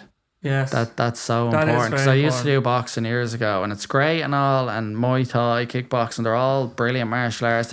You're going to learn the same type of lessons from them too, but the damage you're taking on your body, it's different. You know what I mean? Like, you can't tap really in those sports, and you're taking punches to the head, whether you have great training partners or not. It's just part of it. You know what I mean? And I think a lot of the guys at the higher levels in those sports, they know this and they've made peace with it. So that's cool. That's their choice. Same with rugby and all, you're taking blows to the head. But it's different. You know what I mean? It's different. You are like, you're damaging each other to a degree. You know what I mean? Whereas in jiu-jitsu, that's way lower. Like, obviously you could get thrown or a bad takedown, hit your head, or an elbow, a knee. It does happen sometimes, headbutt. But you're talking about specifically kind of head trauma, which is, I think, I value head trauma. I think that's the worst type of trauma. No, 100%. And especially going back to college and stuff, it's like, I'm at the point, I'm trying to get smarter. I can't afford to lose any more brain cells. You know what I mean? That's how I feel about it. Even though I do appreciate the striking arts, and they're great. Oh, of course. And they are great for self-defense as well if you're in a scenario. But in terms of just training and being disciplined and getting all the benefits of training and the camaraderie of jiu-jitsu and stuff, I just feel it's... if you can do that without the head trauma. Yeah. And you can. Do you know what I mean? And we are. Yes. So, and it's not just, like, some people get real caught up in the self-defense going, oh, you can't, like, you're going to be on the ground, and you don't want to be on the ground in a self-defense situation. But, like, listen, we're not training for that.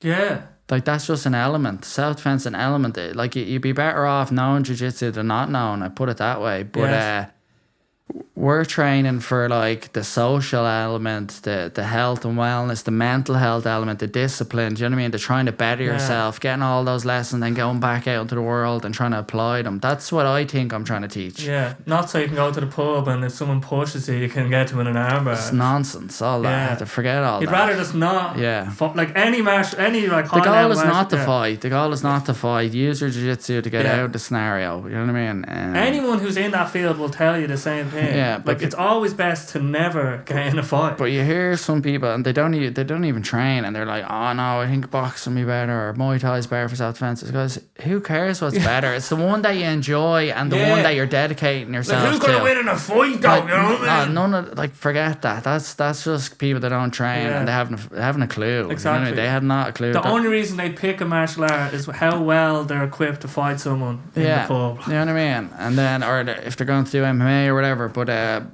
forget all that. There's so much more to it than that, and there's so much more benefit to just committing to it. You know what I mean? And getting on the path. There is a confidence, I guess, if you're scared of the world, as in you realise, oh God, if I got in an altercation, someone could really mess me up. Yeah. So it is good, like, giving yourself confidence in a certain domain is is a positive thing, even if Yeah. it is striking, and it could, like in any martial Yeah, art, no, just to 100%. realize, No, I okay, I'm not encourage just going to that. get absolutely mauled. Yeah, absolutely. Which is good for your spirit and your soul and your confidence in the It world. helps you in so many ways, and it gives you real confidence. You have real confidence then, you know what I mean? There's so many people going around that are delusional, which is a problem, 100%. especially men. They just Estimate what they're capable of, and they think they've watched a few movies, and they think they've watched a bit of UFC or boxing, and they think they can do all these, they have magical powers, and like, oh no, I'm different. They think they're special, and I see red, bro, all this stuff, and you're just like,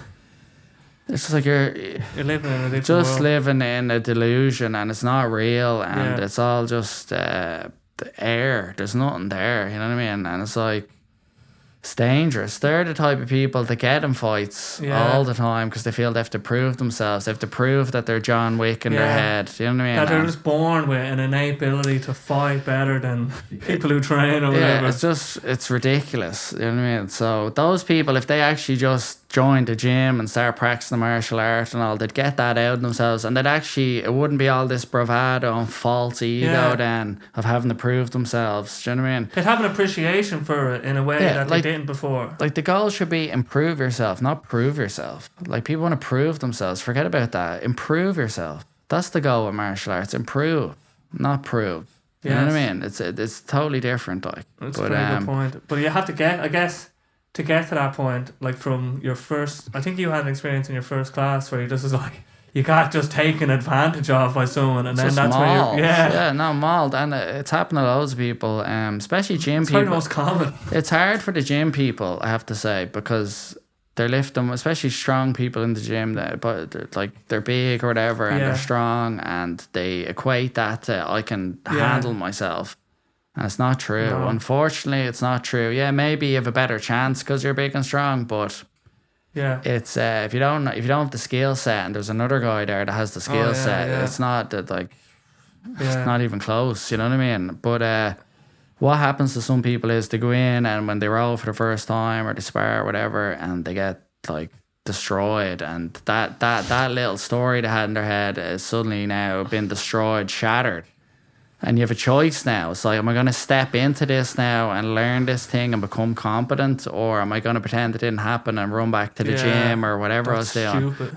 Yeah, you know what I mean? I'm out of here. For me, like, when I started it, I was like, oh my God, like, I can't believe someone's able to do this to me and I can't stop them. What the hell's going on? It's like, I have to learn this. Like, it's not even a choice at this point. I must learn this. So that was my reaction. But I've seen other people come in that like trained for years, lifting weights, all their fitness trainer, and they come in and they can't take, and they're gone. Some CrossFit lad comes in, thinks he's whatever, and then he's gone the next day. They can't take it. But that's just your ego. It's all ego. So you've been basically shown reality there, and you couldn't accept it because it didn't fit your image, and then you run away. So they'd be so much better if they went into that. They'd become the person they think they are if they actually went on the journey. You know what I mean? Yeah. But and they'd be so much happier and just settled in themselves. Do you know what I mean? In terms of, with Jiu-Jitsu though, it's like there is like your combatant or your partner in the dance, like that is a big part of it. And then it's just about, I guess, and healthy competition, like if you're just working with someone who's not getting into it, you're not going to get anything from that. So there's definitely like, I guess, you know, if you can train in a way that's competitive and good natured and good spirited without like, but then obviously we're only human as well. So sometimes emotion, I guess, but this is the thing I realized when you're talking is that you probably learn to deal with your emotions because you do enough jiu-jitsu classes. Let's say you're training for a few years. You've obviously had enough experiences where, okay, when I got emotional, it didn't work out for me. When I seen other people getting emotional, I could see it wasn't working out for them. So you equate, if I get too emotional, this situation could get worse. So that's like it's not something you might pick up in your first ever class of jiu-jitsu, but over time, it's just a natural consequence of seeing how jiu-jitsu plays out when you either get emotional or not emotional. Yeah, and another element, and where you just triggered something there, is when people start, like a lot of the times, you go through a period, and I went through this for a few years, a lot of times you might be anxious going training. It just summons anxiety straight away. Like, and I feel it's goes back to the ego element of it. You're going, you're going to be challenged in here, and maybe you had a bad day, maybe you didn't sleep well, or you're feeling a bit off, and the thoughts are going in now, and you're not at your best, and like I could get mauled here. Do you know what I mean? And then you're anxious about it. You know what I mean? Overcoming that is incredible when you get to that point. Like so for me, I'm never anxious about training, or even like I done judo competition the other week. I wasn't anxious at all. I was just there, ready to go. If I was nearly too relaxed, like I got woke up pretty quick in the first match, but you know what I mean? But like when I was younger, I didn't realise how much anxiety I used to have, especially in secondary school and stuff. I was always anxious, and it was just kind of a normal staple. I was always there. I was always a bit anxious, especially in big groups and whatnot. And then jiu-jitsu has helped me just like recognize what anxiety is and how to deal with it, and now it's like I'm never anxious ever. Yes. You know what I mean? I can be scared if I'm like I was in Spain there last year, and I was going to go on this massive water slide, and it was really high up, and I was scared and anxious in that scenario. But day to day, never anxious. You know what I mean? Ever. So anyone that's dealing with anxiety on a daily basis, jiu-jitsu can cure it. Yes. Or at least give you the tools to manage it way better. So can yoga. Yes. That's been huge for me anyway, especially when I was younger. I used to get anxious a lot. Yeah. Well, it's only probably looking back, you didn't know you were getting anxious. Yeah. It's now that you have an awareness of the state of anxiety. Yeah. So jiu-jitsu will give you, hopefully, I imagine, from what you're describing, because I've no experience with it really, except for getting choked out once by you and my brother. Yeah. You done one class. I did one class, so I actually got my white belt officially. But the point is that if you don't know, because you're just swimming around in water, your own mind is just like this sort of ongoing cloud of sensation and emotion. And it's only when you get contrasts and scenarios of in multiple succession that you need something to compare states in, and your brain will just pick up on certain things if it's just exposed to it in a more sort of sustained and controlled way. Like in jiu-jitsu, you get a sense of anxiety, and then maybe you get a sense of what it's like to relax a bit more as you progress, and then you can start going, oh, that's what that was in my childhood. 100%. That's what happened. Yeah, that's exactly what happened. And then the other thing as well is at the end of training, after you're doing all the rolling and all, there's no feeling like it. It's the best drug there is, in my opinion anyway. I've tried some drugs out there. It's the best one, natural high. The feeling after, like any of the problems you had going in before you stepped on the mat, they're all gone, they're all washed away. They don't seem as big anymore, and it feels like you have the tools to deal with them. Yes. And just the stress release, like after you're just buzzing after training, it's unreal, and you never regret going training. Never regret it. You know what I mean? Like, and then sometimes when you're feeling terrible and you still show up and get on the mat, try your best that day, give whatever you had, feel great after. You know what I mean? Sometimes you surprise yourself. Sometimes those are the better days. You know what I mean? But in terms of like let's say the happy hormones that are released after training, like you have oxytocin, that's like the bonding kind of chemical. You have that with all your peers, let's say, you all feel these are in this together, the shared experience. Like there's a lot of science behind that. And then you have your endorphins, you have your dopamine, the serotonin's released. So you get this fucking 4 happy hormones release flooding through your body, like, and you feel amazing. You know what I mean? And then the adrenaline as well. Yes. The neuroepinephrines release, that's surging through your veins. Like, you just feel great. Jesus. And you go home buzzing. Yeah. It's honestly, it's unreal. It's the best. And I love that. And I'm probably, there's an element of addicted to that in a way. Yes. You know what I mean? But it's a healthy addiction, because I'm exercising, I'm learning the skill set, I'm spending time with people, the social element, it's my livelihood. It's just ticking all the boxes. Yes. All of them. You know what I mean? For me anyway. And I'm so happy I found it. It's unreal. You know what I mean? It's addiction, obviously there's different like levels of addiction. So imagine it could be detrimental if you just said, I'm gonna forget about everything and just do jiu-jitsu every day, and then you'll just end up Some crippled. people do that. Yeah, exactly. I know loads of people. So you who have do to that. it's like anything, but I've seen others further along the path, like when especially I was back purple when I got that injury, and then I seen some of my friends and other people that are black belts, and their bodies wrecked at that point. So I was like, I don't want to get up there to black belt and my body's wrecked and I can't do anything anymore. Yes. You know what I mean? You have the knowledge, but you don't have the body. So that was massive. You know what I mean? I want to be able to enjoy this all the way up to 60, 70, whatever. I want to go the whole way. You know what I mean? Longevity. I think people get too caught up in a short window of performance-based training. Yes. Solely performance and neglecting health and wellness and all the other elements of it. So I think of it more as like a sustained effort over your lifetime, maybe. Yeah. Just this is a part of your life. This is what you do now. It's like brushing your teeth. You go to jiu-jitsu a couple of times a week and you train. This is what you do. Like this is it. And it's not about chasing belts or any of that. Like you This will. is just me. Yeah. Yeah, you want to be a martial artist. That was my goal when I started jiu-jitsu at the start. I realized I was never pursuing. I was never like.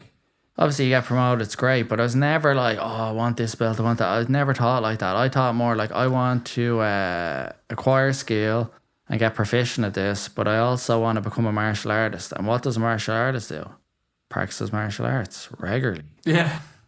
Focus on that. It, yeah. And that's what I became, and that's what I do. And it's just like everything else came from that. So yes. The people that are doing jiu-jitsu now, if you just focus on like becoming a martial artist goes training, regardless of how you feel. That's the hardest part. Guys feel tired after work or they're stressed and they don't go. Like that's a huge mistake. It's massive. If I was doing that, I'd still be a blue belt. If I didn't go because I'd have cut my hand or I'm a bit tired or I'm a bit stressed, my knee's a little achy, like if I just kept skipping training, I'd still be a blue belt. I wouldn't be a black belt. You know what I mean? So there's all these small little challenges in front of you that are going to try stop you getting on the mat. And that's the challenge. You need to get beyond these hurdles, find a way over them, under them, through them, around them, and get on the mat. Time on the mat. And that's going to look after everything else. You know what I mean? Your life's going to be better. Everything else, all your other problems are going to be minimized. They're going to be shrunk down. They're not going to seem as big. You know what I mean? Yeah, no. It puts everything in perspective, you know what I mean, every time. And then, as I said, that release of endorphins, like that lasts. The next day, you feel great. Yeah, your body's a bit sore, but you went train last night, a great time. Yes. Feckin' you got choked, whatever. And now you're thinking, feck, how do I stop that choke? Yeah. And you're looking up that and you're trying to figure it out. As you're walking around, the situation comes back to you. Yeah, and you're thinking about, oh, that was a cool move. How did I do that last night? Yeah. And then I record all the sparring, and we have a private page. I keep it all on that. So lads can go back and watch each other train and watch their own training, and it's just been shown. All the science is there. You learn quicker if you can see what you're doing. You know what I mean? It's the way to go, because what you have in your head a lot of times doesn't match what actually happened. It's like this faded, false memory, and sometimes your ego gets in there and tries to bend what happened to protect yourself. And then when you can break out of that if you have the footage there and you see what's really happening. But all we have, like the sense of my leg is in a certain position or my arm is in a certain position, like it's not really real. Like it's a projection in our minds. Like the fact that I think my foot is down there is just actually a projection. So in certain, you could just see in positions, your memory of them sensations of your position, it's just so open to like, you know, manipulation by your own mind and memory. So having the footage is really important because it gives you an actual reality, and we can only see in front of us. Yeah. You know what I mean? So having that kind of third-person view. Unreal. Yeah. It's unreal. Seeing how you're moving, like you could think you're flowing around and then you look all disjointed and awkward, or vice versa. You thought that wasn't a clean move and then it looked great.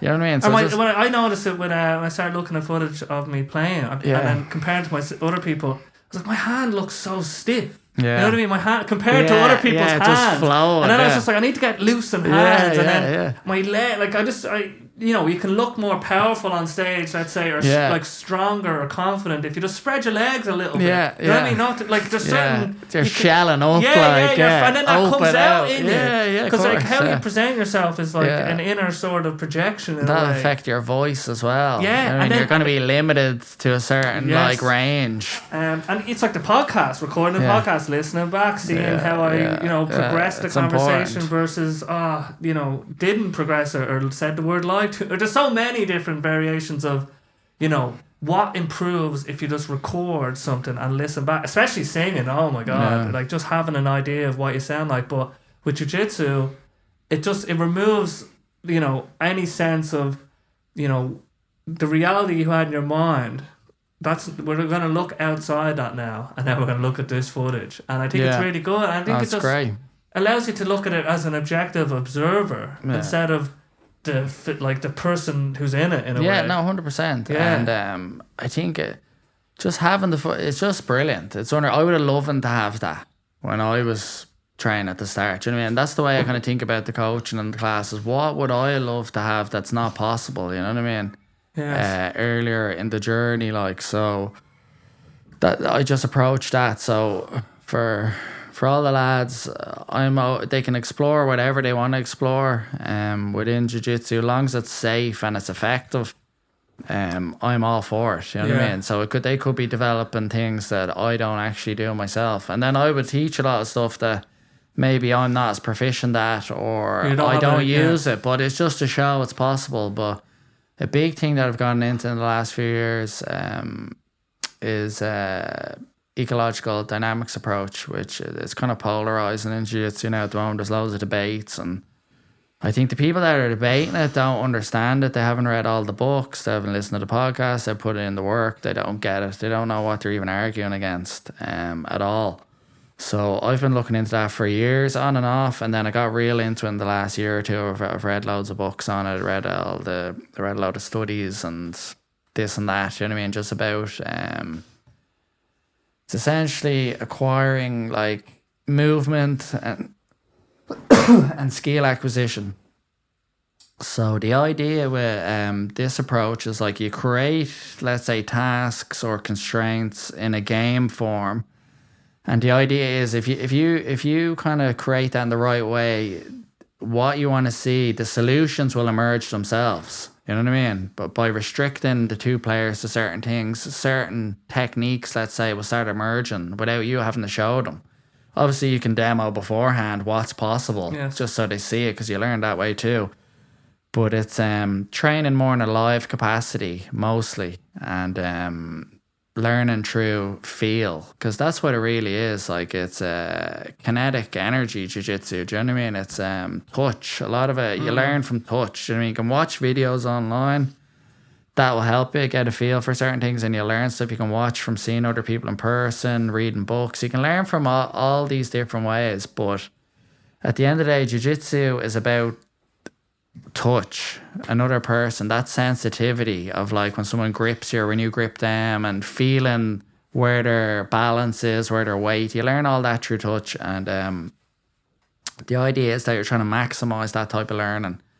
And the other thing is there is no such thing as a perfect technique, because there's so many different variables. You know what I mean? And it's never the same technique. Yes. It's never the same technique that you're actually applying. They might look the same, but it's never the same. The angle's always slightly different. Maybe the person you're doing it to is different. You're different on the day. Everything's different, the angles. So it's trying to create games where these kind of outlines of the techniques keep emerging. Do you know what I mean? Yes. And you want your students to become problem solvers and be adaptable in the moment. So problems there, they're able to adapt and solve it. And it's about getting to the end goal. That's the main thing. The end goal. That's what it's all about. It doesn't matter how you get there, as long as it's safe and effective. And that's how you learn. So it's a totally different way of learning. And the way I used to do years ago is I'd show what I do, and then you try replicate what I do. But like I have my own body type. I have all my own experience, my own capabilities. I think different. To expect you to replicate exactly what I do, it's not really realistic. You know what I mean? You're gonna do it your way. So like, I can guide you along, and I think through the games, if I put you in certain games, you're going to develop your own way of solving these problems. My So- own optimal path to the goal. Exactly. And at the end of the day as well, it's it's martial art, but there's an art element of self-expression. So I want to encourage that. Yes. So I want everyone to have their own style of jiu-jitsu, their own expression of What they it. gravitate towards. Yeah, what do you like? Within reason, if it's dangerous, of I'll course. step in. Or if I feel like someone's going down a road of being inefficient and it's not effective, when there's clearly other ways that Yes. would suit them and be more optimal, I will. Yeah. I will. You're trying to get to this point, and I can see why you'd be going down this way. It's like they're missing a piece of the puzzle, and I could hand them that piece and save them a year or two. But that's the teacher. Exactly. Yes. So, but instead of me giving you the whole pathway and you just blindly follow, and not think for yourself and not try to solve problems, I think that's the wrong way What to if you do start it. tucking your arm, like an aspect of it, you could actually start maneuvering or manipulating. Yeah. So a lot of the times we'll do group problem solving as well. So I'll put out a game and give each player has a certain goal or whatever. It could be continuous or there's an end point. It depends. And they'll play the game and then we'll come back in and go, all right, what challenges arose there? Where'd you get stuck? What wasn't working? And then someone, not all the time, but someone might go, oh, I got stuck here. So I bring the two of them out, put them there, show us what happened. And then we all discuss it and figure out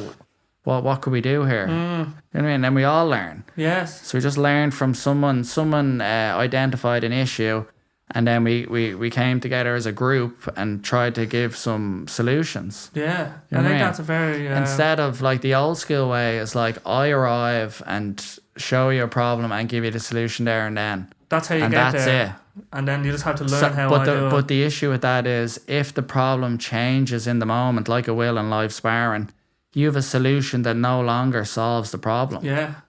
It's like in Taekwondo, you'd have patterns. Yes. So you just like pretend you're fighting against, and like it's like a flow of blocks and strikes. Yeah. It's a performance. Yeah.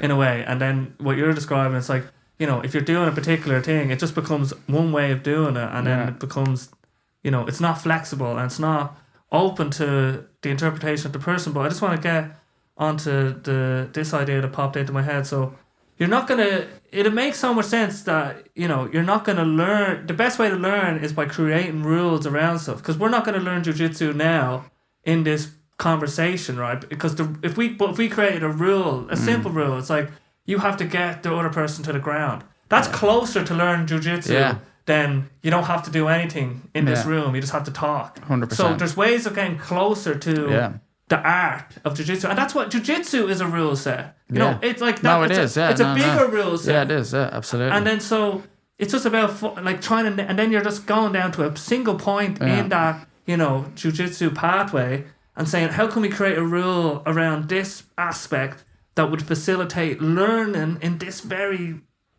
specific part of it. Maybe. No, absolutely. And like I do kids jiu-jitsu as well, so kind of 7 to 12-year-olds doing that for like a year and a half now. It's going great. The kids are brilliant. Handful, hardest class of the week, of course, but it's so rewarding, you know what I mean? Especially when the class goes well, it's great. And what I've seen with them is I've tried loads of different ways to kind of run the class, and constantly tinkering with it. Same with the adult class, same with yoga. I'm constantly trying to evolve the classes, make them better. I'm never satisfied with what I have. You know what I mean? I'm always trying to bring in some variation or try something or bring something in. And it's more so for me as well, because if it gets static, it gets stale for me. I'm a bit ADHD. I need like stimulation. I need to feel like we're evolving in some way, and I think you need to be evolving the whole time. If you're not evolving, you're dying. I feel you need to grow, expand. Well, that's what you've done your whole whole career journey. But it has to be. It's always like, what's this aspect that I'm missing out on? What's that aspect? So the way I used to teach jiu-jitsu now, like if you could go back in time, let's say when I used to teach classes in Republic of Jiu-Jitsu in town, how I'd run that class then to my classes now, they're completely different. Yeah. Like they're completely different. They're not the same at all. And then same with the yoga has evolved over time to something else. And then let's say the kids jiu-jitsu, the same thing. Like I'd only ever coach kids in like soccer and Gaelic and all. It was all ball sports. And like what I found with those sports is, which I realized in jiu-jitsu is when you have the ball is the center of focus. So it's like, yeah, I have the ball, and all the kids are like, like a fly to the light. So if you have a ball involved, everyone kind of, I want the ball. That's the game. Yeah. No matter what the rules are. Yeah. The ball is the center of focus. So when there's no ball, I was like, what is the center of focus here? This is crazy. Like, how do we do this? Like, and then trying to put kids in partners is very difficult. Yeah. Especially if they're not getting along, and you have a two groups of kids there that aren't getting along, and then it starts disrupting everyone, and it throws the whole thing off. So just trying to navigate all that, and then the balance between fun and discipline. That's a big thing I've learned as well. It's like, if it's too fun, it's chaotic. If it's very disciplined, it's orderly and structured, but there's no fun. Yeah. And so kids need a bit of fun. You need to find that middle ground. Where is it? And that's what I've been constantly going back and forth, adjusting. Yeah. This worked, that didn't. This worked, just tweaking it, trying new games, trying new different things. And basically, the way we run the class, it's ecological approach. It's all games, just all game based, all grappling games, and with different rules and different ways to win, and just keep it live, because I'm only doing it once a week now with them. So I have 1 hour a week, and we need to get as much live grappling in as possible. You know what I mean? And keep it fun and try to keep it safe. And no, it's going really well. And like, I don't show that much techniques. I'll show a few options here and there, and then just let them go and figure it out. Become problem solvers. Do you know what I mean? Develop your own style. Do you know what I mean? Like the game, like, could be if a single leg, get them on the ground. The other person's trying to escape or something, and then you go from there. So that they'll figure. They just have to get out of it. Yeah. But what's amazing is with most of the kids, the techniques start emerging. They start doing techniques I've never shown them. Like, but Jiu Jitsu stuff, like they start sweeping people. They start going for their arm bars. Because that's what would actually get you out of the situation. Yeah, so they're just figuring it out as they go, you know what I mean? And obviously you help them along the way, but it's like just putting them in positions where they have the opportunity to do the techniques, you know what I mean, as much as possible with a resistance opponent. So the rules are like the ball. Like, this is we all want to get the ball. Like, the ball, you have to focus their attention. I guess with kids, it's probably difficult. Yeah, the attention span's massive. Yeah. Like, that's hard. That's why I don't go on big spiels to them. Like, I give some speeches now and then. I probably could give a few more, like, just in terms of, like, mental aspect and discipline, and I probably could talk a bit more about that sometimes, but I find if I talk too long, they start getting bored. You lose them. So has to be quick, concise, let's go, and get them playing. Get them in there, get them playing. And but in different aspects, in different parts of the development as a human, you know, like the mental side of it, maybe in the teenage classes, if there ever is or whatever. Yeah, there will be that we'll get on to that, but that's the next goal. There's going to be teenager classes coming. We're going to be expanding, because I need a pathway to the adult class. Like, that was always the plan, but it was just in my current scenario with the premise, like with the school, I'm pretty limited how much I can expand anymore. I've kind of hit the peak nearly to a degree. So let's actually get back to how we started this podcast, which is this new premises that you are moving to on the main street in Rush. Yeah. Where and how and why and what's going on with that, and take it away. So basically made the announcement a few weeks ago. I've known for a long time, like, I've been negotiations with the landlord's great. Pretty much a done deal a lot, like, ages ago, but just couldn't announce it yet because the legality of it and contracts and stuff. So once all that was in place, then I announced it. But been looking for a premise for the last 3 years. I say since I got reported that time, I started looking for premises, and there was a couple of options here and there, and I don't know, just my intuition, my gut was kind of none of them felt like the right move. It didn't feel like the right time, the right move. And then particularly last year, there was a place I was looking at, only like actually very near to where I am now, where I'm moving now, but I was getting, the gut feeling was telling me something was off, and I heard a few things here and there, and just the finances of it just didn't. And then the actual room itself wasn't the right shape either, so But there definitely was an element of me feeling like, there's not much opportunity in Rush to rent anywhere. Like, it's mainly businesses closing and none reopening. So it's just like, this could be my only chance. But luckily, I remained patient and listened to my intuition and didn't go with it in the end and stepped away, and someone else took it on, and best of luck to them. Hope they're doing great. But then this presented itself about 6-7 months later, you know what I mean? And it was worth the wait, you know what I mean? It's great. There's a lot of opportunity here. It's in a great location. It's in the centre of Rush, right at the fucking traffic lights on the main street. You can't miss it. It's beside the post office, round the corner from the secondary school. Like, it's great, you know what I mean? It's perfect. It's perfect for now. And there's I already have plans of doing more with it in the next year or so. Maybe I'll come on again and talk about that down the line. I won't reveal too much, but there's more in the pipeline. There's more to come. This is only the beginning. Yes. So once we get going, it's going to be we're going to be teaching Jiu Jitsu classes, which you already are doing anyway. Adult kids, going to bring the teenager class in as well. So that'll be a new class added in. So we're kind of catering to all the levels then, and then be doing more yoga. So we're going to be looking at like morning classes, lunchtime classes. I'm going to experiment and see where the demand is, you know what I mean? And then the other class I do is Bodyweight Boot Camp, which is really popular.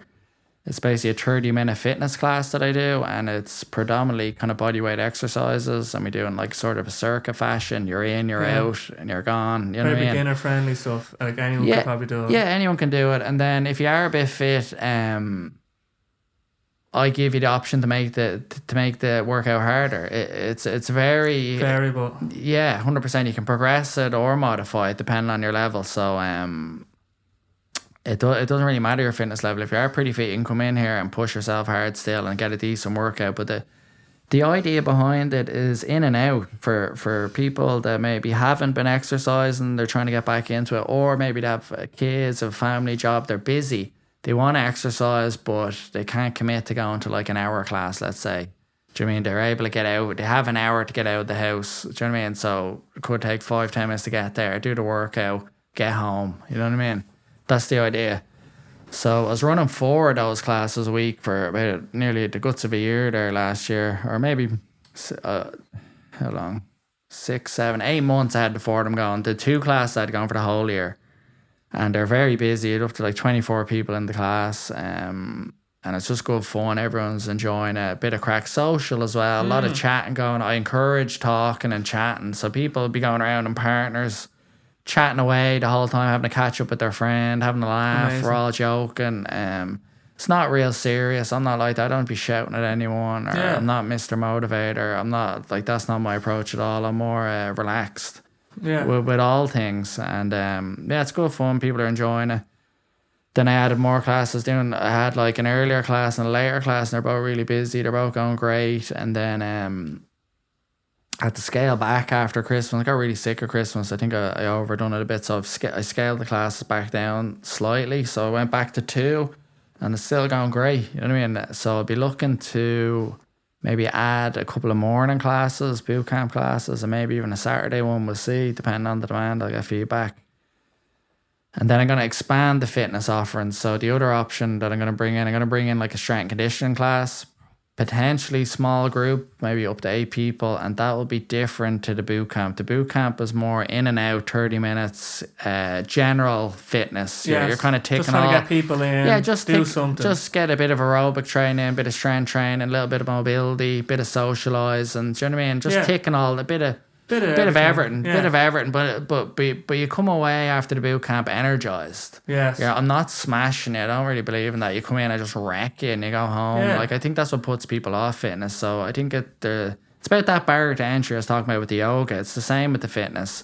I feel like if someone's coming in and doing a decent workout a couple of times a week over the space of a year or 2, like, that's so much better than them coming in gung-ho for 6 weeks training like a fucking professional athlete, and then they crash and burn. Not into that. I'm not into 6-week transformations, any of that. I feel a transformation is a lifestyle change, permanent change. That's what I'm promoting. Yeah.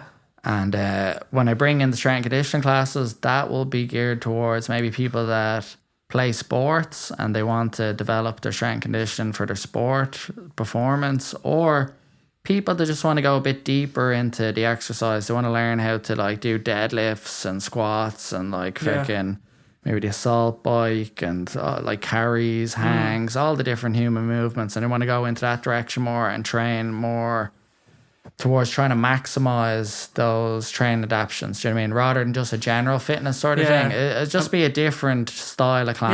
Yeah, for totally a different type of person. Exactly. So that's something I've wanted to do for a year or two, but I just not in the position to do it in the skill. Yeah. Like I have my van, it's a mobile gym. I have all my Jiu Jitsu mats, my yoga mats in there.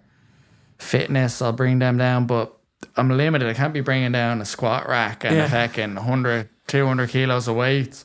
Yes. This is not possible. So that's something else I'm looking at. And then there will be a strength and conditioning area in the new place. So for the current members, I'm going to have an option of them having access to using that when there's no classes on. So that's going to be very limited spaces though. And it's only going to be people that are currently training with us that are paying their monthly memberships and that I trust. Yes. So it's going to be very exclusive. It's very exclusive, It's not just walking off the street, join the gym sort of thing. I'm not offering that. It's a private training facility.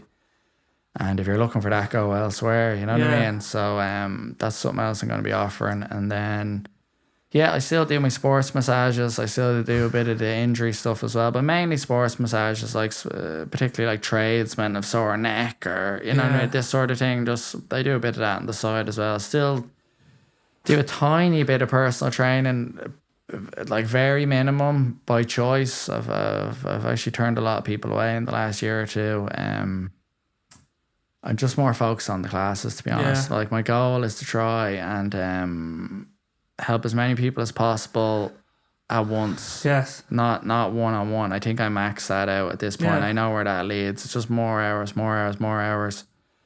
And I think there's something about the group dynamic and the group energy. I feel like that's missing in personal training. I feel like being in a group is good for the soul. Yeah. You're part of something. You're part of a community. You belong there. It gives you a bit of identity, whatever. It ticks so many boxes.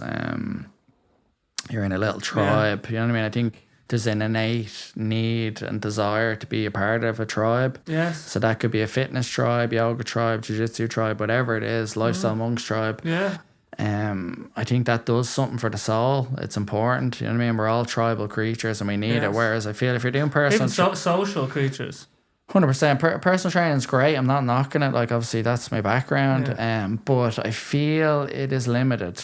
I do feel it's not ticking a lot of those boxes, but it's ticking many great boxes too. You know what I mean? And you can develop a great relationship with your trainer and whatnot. Yeah, but it's just a different thing. And you only have so much time. I've only so much time and I'm more invested in the other thing now. I've kind of done that and I'm sort of... It doesn't do it for me anymore. You know what I mean? It's just not my main goal anymore. And I feel there's something... I know not everyone wants to fucking study and learn exercise and how to train properly and all that, but I feel going on that journey and educating yourself a little bit through exercise and diet and whatnot is more empowering. And then not having to rely on an external source for motivation and accountability all the time is when you get to the next level. But not everyone gets to that level, and that's why these services are here. That's why there are trainers and stuff. They want someone else to look after that. They're too busy in other areas of their life. They don't have the time to invest in it. So I get all that. But I'm more focused on the other thing now. Yeah. You know what I mean? You have a bias towards self-empowerment and individual empowerment. Exactly. And I feel personal training kind of over the years. Yeah. There's a limit to where that can go in terms of the person in your eyes would hopefully go to the next stage. And maybe they won't.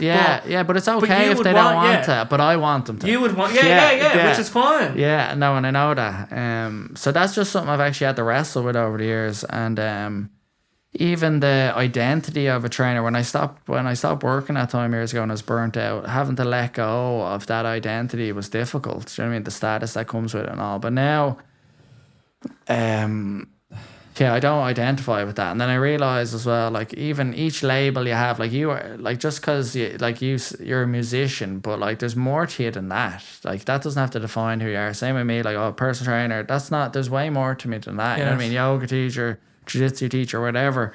these are just labels. They're things you do. Don't get so attached to it that all your self-worth is wrapped around that thing. You know what I mean? Because maybe one day you mightn't want to do it anymore. So then you're going to have an identity crisis. So realize that there's a human behind all these things that you do. You know what I mean? And that's more important than the things you're doing, if that makes sense. You know? And like, it's like we definitely talked about this before, but just in any given situation, like now in this situation, you're playing the role of like friend and podcast guest, and you're always playing a role in a particular scenario, and that changes. It's not like a permanent role. 100%. But I think as well, obviously going back to college and learning business and all that did help me get to where I am now. You know what I mean? So I think it's important for people to realize that you could be. I was like 24, 25 going back to college as a mature student. I gave up everything. I'd built a great career. I was making a lot of money, nice apartment in town, living with a couple of friends, girlfriend, nice car, loads of good stuff. But sometimes if you've got yourself in a corner or you've put your ladder up against the wrong wall, it's never too late to take a step back and come back down and start again. Yes. And you need to realize that by you coming back down, taking a few steps backwards, all those years aren't lost. No. You have all that knowledge and wisdom that you've gained and experience, and you can bring it forward into your new endeavor. So changing careers or changing jobs or moving, or like, don't be afraid of that. Embrace it. You know what I mean? Because there's a lot of people out there that are kind of maybe trapped like I was in some way. Some class fallacy. I've earned like so much status, and they don't want to take a pay cut, or they don't want to drop in status because they care what other people think. Forget all that. Like, honestly, when I stepped away from everything, a lot of my friends thought I was nuts. They thought I was making a huge mistake. They couldn't see what I was seeing. They didn't understand the pain I was going through when I was depressed and whatnot, and it looked mental from the outside.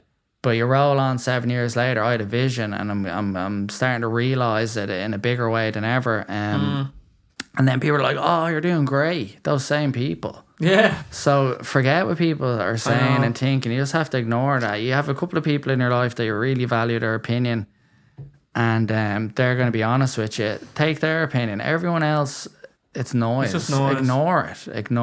You know what I mean? It's not going to help. You know what I mean? And especially if you're pursuing like self-employment and entrepreneurship, not everyone's willing to take these type of risks and put themselves on the line for failure. And so anyone that's kind of living a life that you wouldn't want to live, don't take their opinion on board, because they're not gonna see it the way you are at all. You know what I mean? Like, I'm a risk taker. I will take risks, but I think they're calculated. I'm not impulsive. I think things through a lot, and you see a vision in front of you. And I back myself. You know what I mean? And I'm confident in my abilities if I apply myself. And so far, that has helped me overcome all the setbacks along the way. I just go again. Don't be afraid of failure. We all fail. Failure is a part of success. Yes. And too many people out there are afraid of failing. They're afraid of other people's opinion, and that's holding them back. It's stopping them realizing who they want to become or what they want to do with their lives. Yeah. Their dream, let's say. That's why midlife crisis is even a stereotype. 100%. But I feel like I had that at like 24. Yeah. You know what I mean? I had it very early, and it was a blessing. You know what I mean? It just got me on the right path now, and my life's never been better. You know what I mean? I've never been happier. Everything's going better than I ever could have imagined. You know what I mean? And it's cool to set a plan like fucking how many years ago now? It's like 7-8 years ago. And we're getting there. You know it's taking time, but we're getting there. In some people's eyes, it's just happened. Like, I'm meeting people out on the road, and they're like, "Oh, you're opening your own business. It's great. Fair play to you. It's brilliant." I was like, I've been at this like 13 or 14 years. This has been a long journey to get to this point. It hasn't just happened. No. And then some people are like, "Oh, you're starting your own business." And I go, actually, we're open right now. I was getting phone calls off people. Oh, I'll join when... they're going, "Oh, I can't wait to join when you open." I'm getting loads of that now. And I'm like, I am open. We're open. We've been open years. It's open. You could have joined at any point. We just have a different premise. We've been open the whole time. But it's just funny how people... Perception. I go, "Oh, geez, you're taking on..." Now you have Main Street and Rush. But you have some people going to say, "Oh, geez, you're taking on loads of responsibility now." And I'm like... it's no different to what I've been doing. I'm doing the same thing. Like, if anything, it's less, more secure. It's actually less. People, we give advice based on our own sort of preconceived notions of the world. So when someone's saying that's a lot of responsibility, they're thinking in their head, that's a lot of responsibility if I took that on. Yeah, no, 100%. So that's what you're saying. You have to, like, the people that are kind of along the ride with you and get the full picture. Yeah, it's good to have their voices. Of course, yeah. But the other voices are just like, we could just give advice to someone that is not. It doesn't really mean anything to them. Yeah, and then another thing, like, people will come in and go, oh, but does it have this? They're always looking for, like, the negative straight away, immediately. Like, the few people like, where is it? Where are you gonna park? I keep getting that one. I'm just like, not everything's going to have everything. There's a downside. It's a yin and yang, pros and cons. Yeah. Like, you know what I mean? Like, the upside far weighs the downside. You know what I mean? There's certain things out of your control and you can just focus on what you can do. Yes. And it is what it is. But people are curious. They're excited. So it's good. You know what I mean? And more people are finding out about the place. So it's being on the main street now, once we get the signage and stuff up, like, you can't not see it. Yeah. Now we're fully visible. We're kind of tucked away, hidden in the school for the last few years. Load of people not knowing what we're doing or didn't know about me or Lifestyle Monks, and now that's gonna change even more so now. You know what I mean? Yes. So I'm excited to see what happens, and like, new people coming in, like. Meeting new people, like, so we're making new classes. The new energy in the room that you're going to create as well. 100%, I can't wait for that as well. Just having your own kind of space, because I kind of created that with the cabin that time, especially for the yoga and stuff. So I've loads of ideas now, and I'm just if I can get the room to resemble what's in my mind at the moment, which I think I can get it close anyway. It's gonna be cool. It's gonna be a cool space to hang out in and train, and you know what I mean.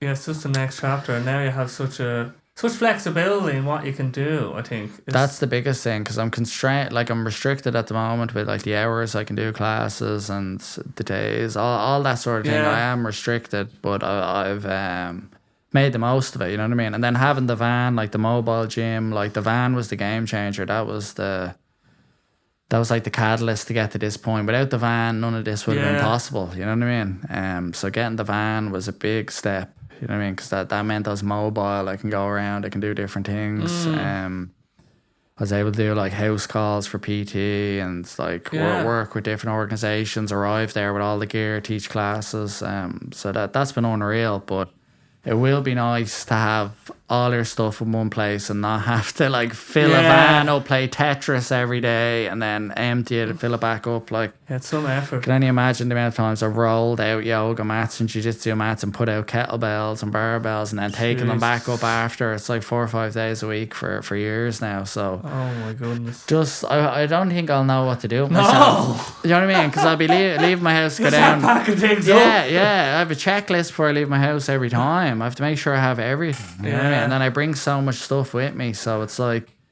I don't even know what it's gonna be like just arriving somewhere.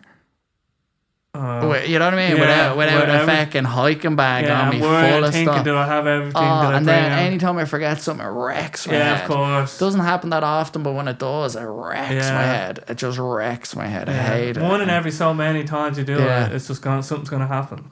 Yeah, no, 100%. So no, it's super exciting, and looking forward to getting up and running, you know what I mean? So it's just, we're still getting a lot of work done at the moment, but we're making good progress, and getting the gym gear in and new mats and a load of different stuff. So once it gets in, I can't wait. Like, it's gonna be great. And then just bringing in new people, then, like, you know what I mean? Just open the doors, bring it. New people are welcome. If you're interested in doing fitness, whether it's the boot camp or the new strength and conditioning classes, or maybe I'll come up with other ideas as well. Then the yoga's there, and then the jiu-jitsu's there, you know what I mean? And then I'm gonna be adding in more stuff as well. Yeah, and I think it'll be such a positive thing for Rush, just in general. Yeah. Like, a lot of people say that, they go, "Oh, this is great for the town now." Yeah. Like this, they need something like this. You know what I mean? Because my worry, when I seen that this was come available, it was going to be like another chipper or takeaway, or it's going to be like a gadget shop, or, you know what I mean, something something that the town doesn't need. You know what I mean? Yeah. Like there's so many businesses closing in Rush, and there's a lot of derelict buildings around the place that used to be a pub or it used to be a restaurant. There used to be a fucking car wash, and it's just sitting there empty, nothing going on. And more people are moving into Rush. They're building more houses every day. And the infrastructure just isn't there. Like we need things. You know what I mean? We need to have services and places for people to go. You know what I mean? Of course. So obviously there's other gyms and trainers and yoga teachers all around Rush. And Pilates as well. They're all around the place. So like it's there, but having more of it is always better. Of You know what I course. mean? And I'm already in that mix as it is. You know what I Yeah. mean? But just having a permanent space legitimizes it more and will open the doors Makes to more it more people. accessible, makes 100%. you able to do more with Yeah. it. So and just having just being more visible would be great. And then just people having more options to do stuff that's good for them. You know what Yes. I mean? That's The general spirit of it, like this would be like a small little epicenter of, you know, positive, of positivity towards, you know, improving your mind, body, and soul. You know what I mean? Yeah. In the heart of Rush. Yeah, 100%. Improve your lifestyle. You know what I mean? Yes. That's it. And the secondary school's around the corner. So hopefully get a good few teenagers in there. Like that's the next frontier for me. Yeah. When I get the teenage classes going. You, like as a teenager, as you've alluded to, like you didn't have it all figured out back then, and so No. and you have such a need and impulse to help and teach where you see it. 100%. So I just think that'll just be like we can remember positive people we've had in our lives and like the impact that they've had. We remember them by name. Yeah, and so no, absolutely. It's like you have an opportunity through these classes to really like I'd say. Even just doing the classes, obviously there's Jiu Jitsu, there's all these other elements, and I know you won't say this, but there's an aspect of just being in the room with you and having your ideas, like being exposed to your brain and how you see the world, I think would be positive for anyone in that room. Oh, thanks. And like I really do, and I think you've such an interesting perspective on life that just comes through everything you do, and people whether they know it or not, like I'm sure that's part of your success. So you can't really say, oh yeah, it's because of the way I think. You know what I mean? But that's why I love you as a friend, like, and that's why, you know, I think we get along because like you are who you are, and I'm just very proud of you, man. Oh, like thanks. it's unbelievable what you've done. Like just in terms of the whole journey so far. Well, you've been there for the whole thing, so you've seen the whole process from the get-go. I know it wasn't just an overnight thing. Yeah. And your sort of insistent pursuit of better, even when you were debating whether I should go back to college or not. And in my head, I was like, you just need to start that business. So like that was my bias. But for you knew what you needed to do, and it was always building up. You know what I mean? Like people, the part we alluded to before, it's like it doesn't have to happen tomorrow. You know what I mean? You can let because if it's a life that you're building, like it's not a tomorrow thing. It's just something you're going to pursue and hopefully build over time. So it's such an inspiring thing. You know what I mean? For anyone to see. But I feel anyone can do it. I don't think I'm special at all. Exactly. I think anyone can do it if you put a plan together and break it down into steps and just focus on the steps. And then if it's not working, adjust it. Yes. Do you know what I mean? In real time, you can achieve anything. You know what I mean? Just have to do the work. It's all action. Like it can't just be ideas and talking to people. A lot of times people will feel like they achieve something because they've said it out loud. It's like you have to actually act on it. You know what I mean? And you have to keep pursuing it relentlessly. Even when it's not going well, you need to just adjust and keep going. Yeah. You know what I mean? But this is the stuff, like, you're just like this every day of your life, all the time. Like, what you're saying to me now, what you've espoused, like, is all, like, it's when the cameras on or off, we be talking about this it's just anyway. every day, and so when people get a chance to be exposed to this versus, I don't know, other ideas that they might have just been pigeonholed into, and now you have a chance to express a different alternative view that's like just a bit more like as societies develop and as people develop, like we move from like a state of like, you know, tribal, like, you know, kill or be killed nature to we're all one and the collective, like, and society's moved up that spiral and humans move towards that spiral. So the more we can kind of get, like, the fact that there'll be a place in Rush where there's someone just espousing just like an idea that people could be better. Yeah, like exactly. That's such a great thing. Well, that's it. Like, I feel we've all unrealized potential, and it's there to be realized. You just need this encouragement. 100%. Like, you know what I mean? I think we all should be trying to realize our potential in some way or some shape or form. You know what I mean? And everyone's goals are going to be different and capabilities are going to be different, but that doesn't mean you can't maximize it. Yes. You know what I mean? So true action. Exactly. You know what I mean? And maybe some encouragement. Yeah. And then as well, like, let's say in Rush, there's loads of other options. Like, you can do Pilates, you can do yoga, you can do fitness, there's other gyms, there's personal training, there's everything. And that's great. And I think we can all do great. Like, I don't feel like I'm in competition with anyone.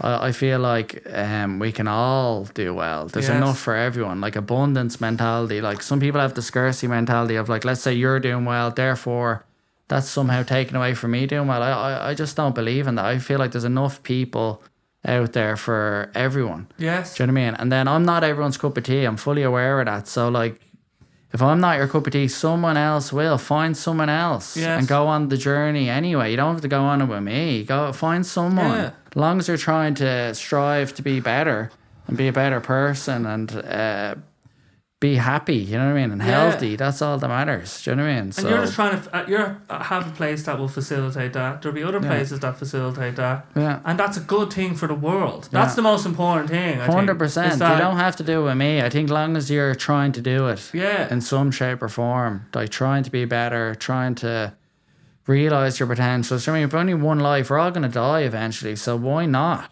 Yes. You know what I mean? Like, this is going to be over eventually. Like, and then you're going to be looking back towards the end and go, why didn't I? Yeah. Like, you don't want that regret. 100%. You need to pursue it. And if it doesn't work, so what? At least now you know that it didn't work and you don't have that wonder in the back of your head. Like, you know what I mean? Now you know. So.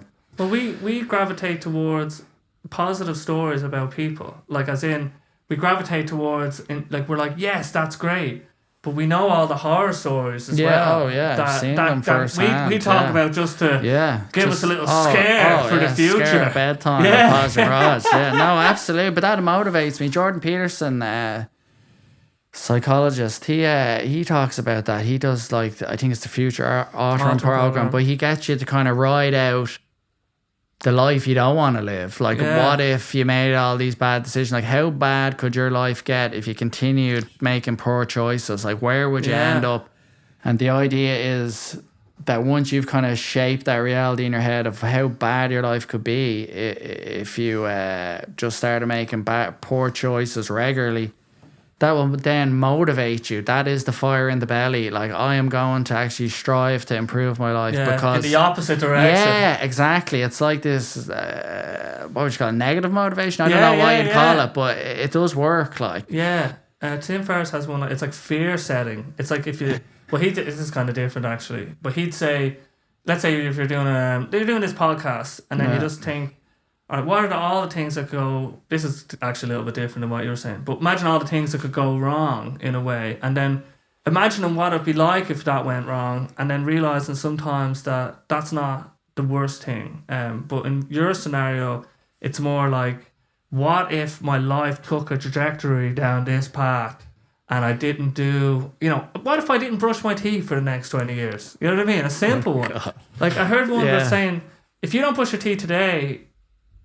you might notice it. And if you don't brush it, maybe like tomorrow you might notice it. But if you don't brush it for a year, you'll know, like, there's a difference. You know what I mean? So we don't see it. You can kind of get away with it in the short term, but you can't get away with things in the long term. No, you have to pay the price. Yes. Your decisions have a cost. Yes. You know what I mean? And everything you do matters. You know what I mean? Yes. In one way or another. You know what I mean? But also at the same time, like, we are going to die, so don't put too much pressure on yourself either. You know what I mean? At the same time, you know what I mean? Like literally, like this decision to pick this up, like, your life isn't dependent on that. But just the bigger things. Your overall trajectory, if you can try and move it in a place that, I don't know, the only thing I think of is like trying to leave the world like the worlds that I played a part in a little bit better, and that could be friendships. That could just 100%. be Local. like local. Yeah, 100%. You know, just in the moments that I existed, did I make it worse or did I make it better? Yeah, you know exactly. what I mean? And if you can at least move towards making it better, and it can be as small as just being nice to, you know, a shopkeeper, or it can be as grandiose as opening a facilities in Rush, like to get classes going. 100%. And get certain, I think you've no idea. Well, we all have no idea what impact we're having on people. Because sometimes even with the podcast, like the most random people will say something to me about something I did, and I'm like, "What the hell? I didn't even like." You didn't I know they were appreciate that. listening. Yeah, that's great. And like you're just getting bogged down in, you know, making clips and all this, but like at some point we didn't know what we know. You know what I mean? Yeah, and of course. Someone just instigated something. And some can if you're open to it, like you're in your classes, like someone in your class, depending on what, it doesn't matter what belt they are, if they do something interesting, then it's like, wait there, hold on, what is that? You know what I mean? And having that, you know, being open to that and not having the, you know, that wasn't how I taught it, or this is how we do it actually, so let's just think about this now. You know what I mean? And that applies to kind of everything our lens in life. We need to be open. But I don't know, we thought we were going to do a short podcast. What the hell? I don't know, man. It's hitting 2:30, so that means anyway, 8 hours. We'll get a good few clips, like we'll get them clips, clips, but it's I think we're close. Yeah, I'd say it could be at least 2, more than 2. But I don't know if there's anything you want to mention in closing. I think that we covered a good amount. Probably other topics maybe we could have got into, but I think we've covered everything. I think I'm happy enough. Yeah, there is so much. You could just keep going. We'd be here for another couple hours. I mean, we can get back into it. We can come back again. Like you know what I mean? the kids and everything, and the draw. Like I think we got a good overview. Happy enough. You know what I mean? We could have. There's always more, but I'm happy with that. You know what I mean? Okay. So hopefully, don't have a set date yet. For the official opening, but towards maybe the end of May, hopefully we should be ready to rock and roll. We'll see. It just depends on a few different things that are out of my hands at the moment. So, and it's how quick that gets done. That's you know what I mean. So, hopefully towards the end of May. And if anyone's interested in joining the Jiu Jitsu, whether you're male or female, or if you're interested in your teenager or your child joining, just reach out, get in touch, and we'll make that happen. And then same with the yoga, open to all takers. If you want to try yoga, come practice yoga with me. And then same for the fitness. If you're looking for something that isn't in terms of time a big commitment every week, like you don't have to go to gym like 3 1 hour sessions a week, let's say 3 hours a week in the gym.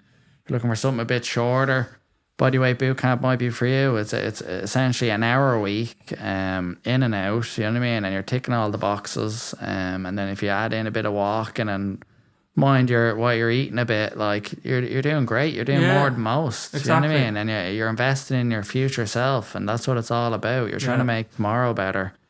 It's better than zero. Yeah, and then the same thing, going to be bringing out the strength and conditioning classes, so look out for them, and just adding more classes to the timetable. Probably morning jiu-jitsu for anyone that can't make the evenings, and then boot camp in the morning, maybe after school drop off, or before, we'll see. Yoga in the morning, fitness in the morning, maybe lunchtime, we'll see. I'm going to experiment with a few other things, few other ideas for classes, but we'll leave it at that. All welcome. See you soon. And lifestylemonks.com, as you can see here. Follow us on Instagram. Instagram. So I'm on Facebook as well, but I'm very sporadic on that. I'm not really. It's just to have a presence there. It's just there, really. I might, if you get me on the messenger on it, I might get back to you quick enough. But it's just there. It's more Instagram. If you want to follow me, go on Instagram. Really, it's all on there. Yeah. And that's it, really. Thanks for having us on. Appreciate it, and we'll do it again soon, I'm sure. Yeah, we'll catch us. We'll catch us in the next one. Another 8 hour.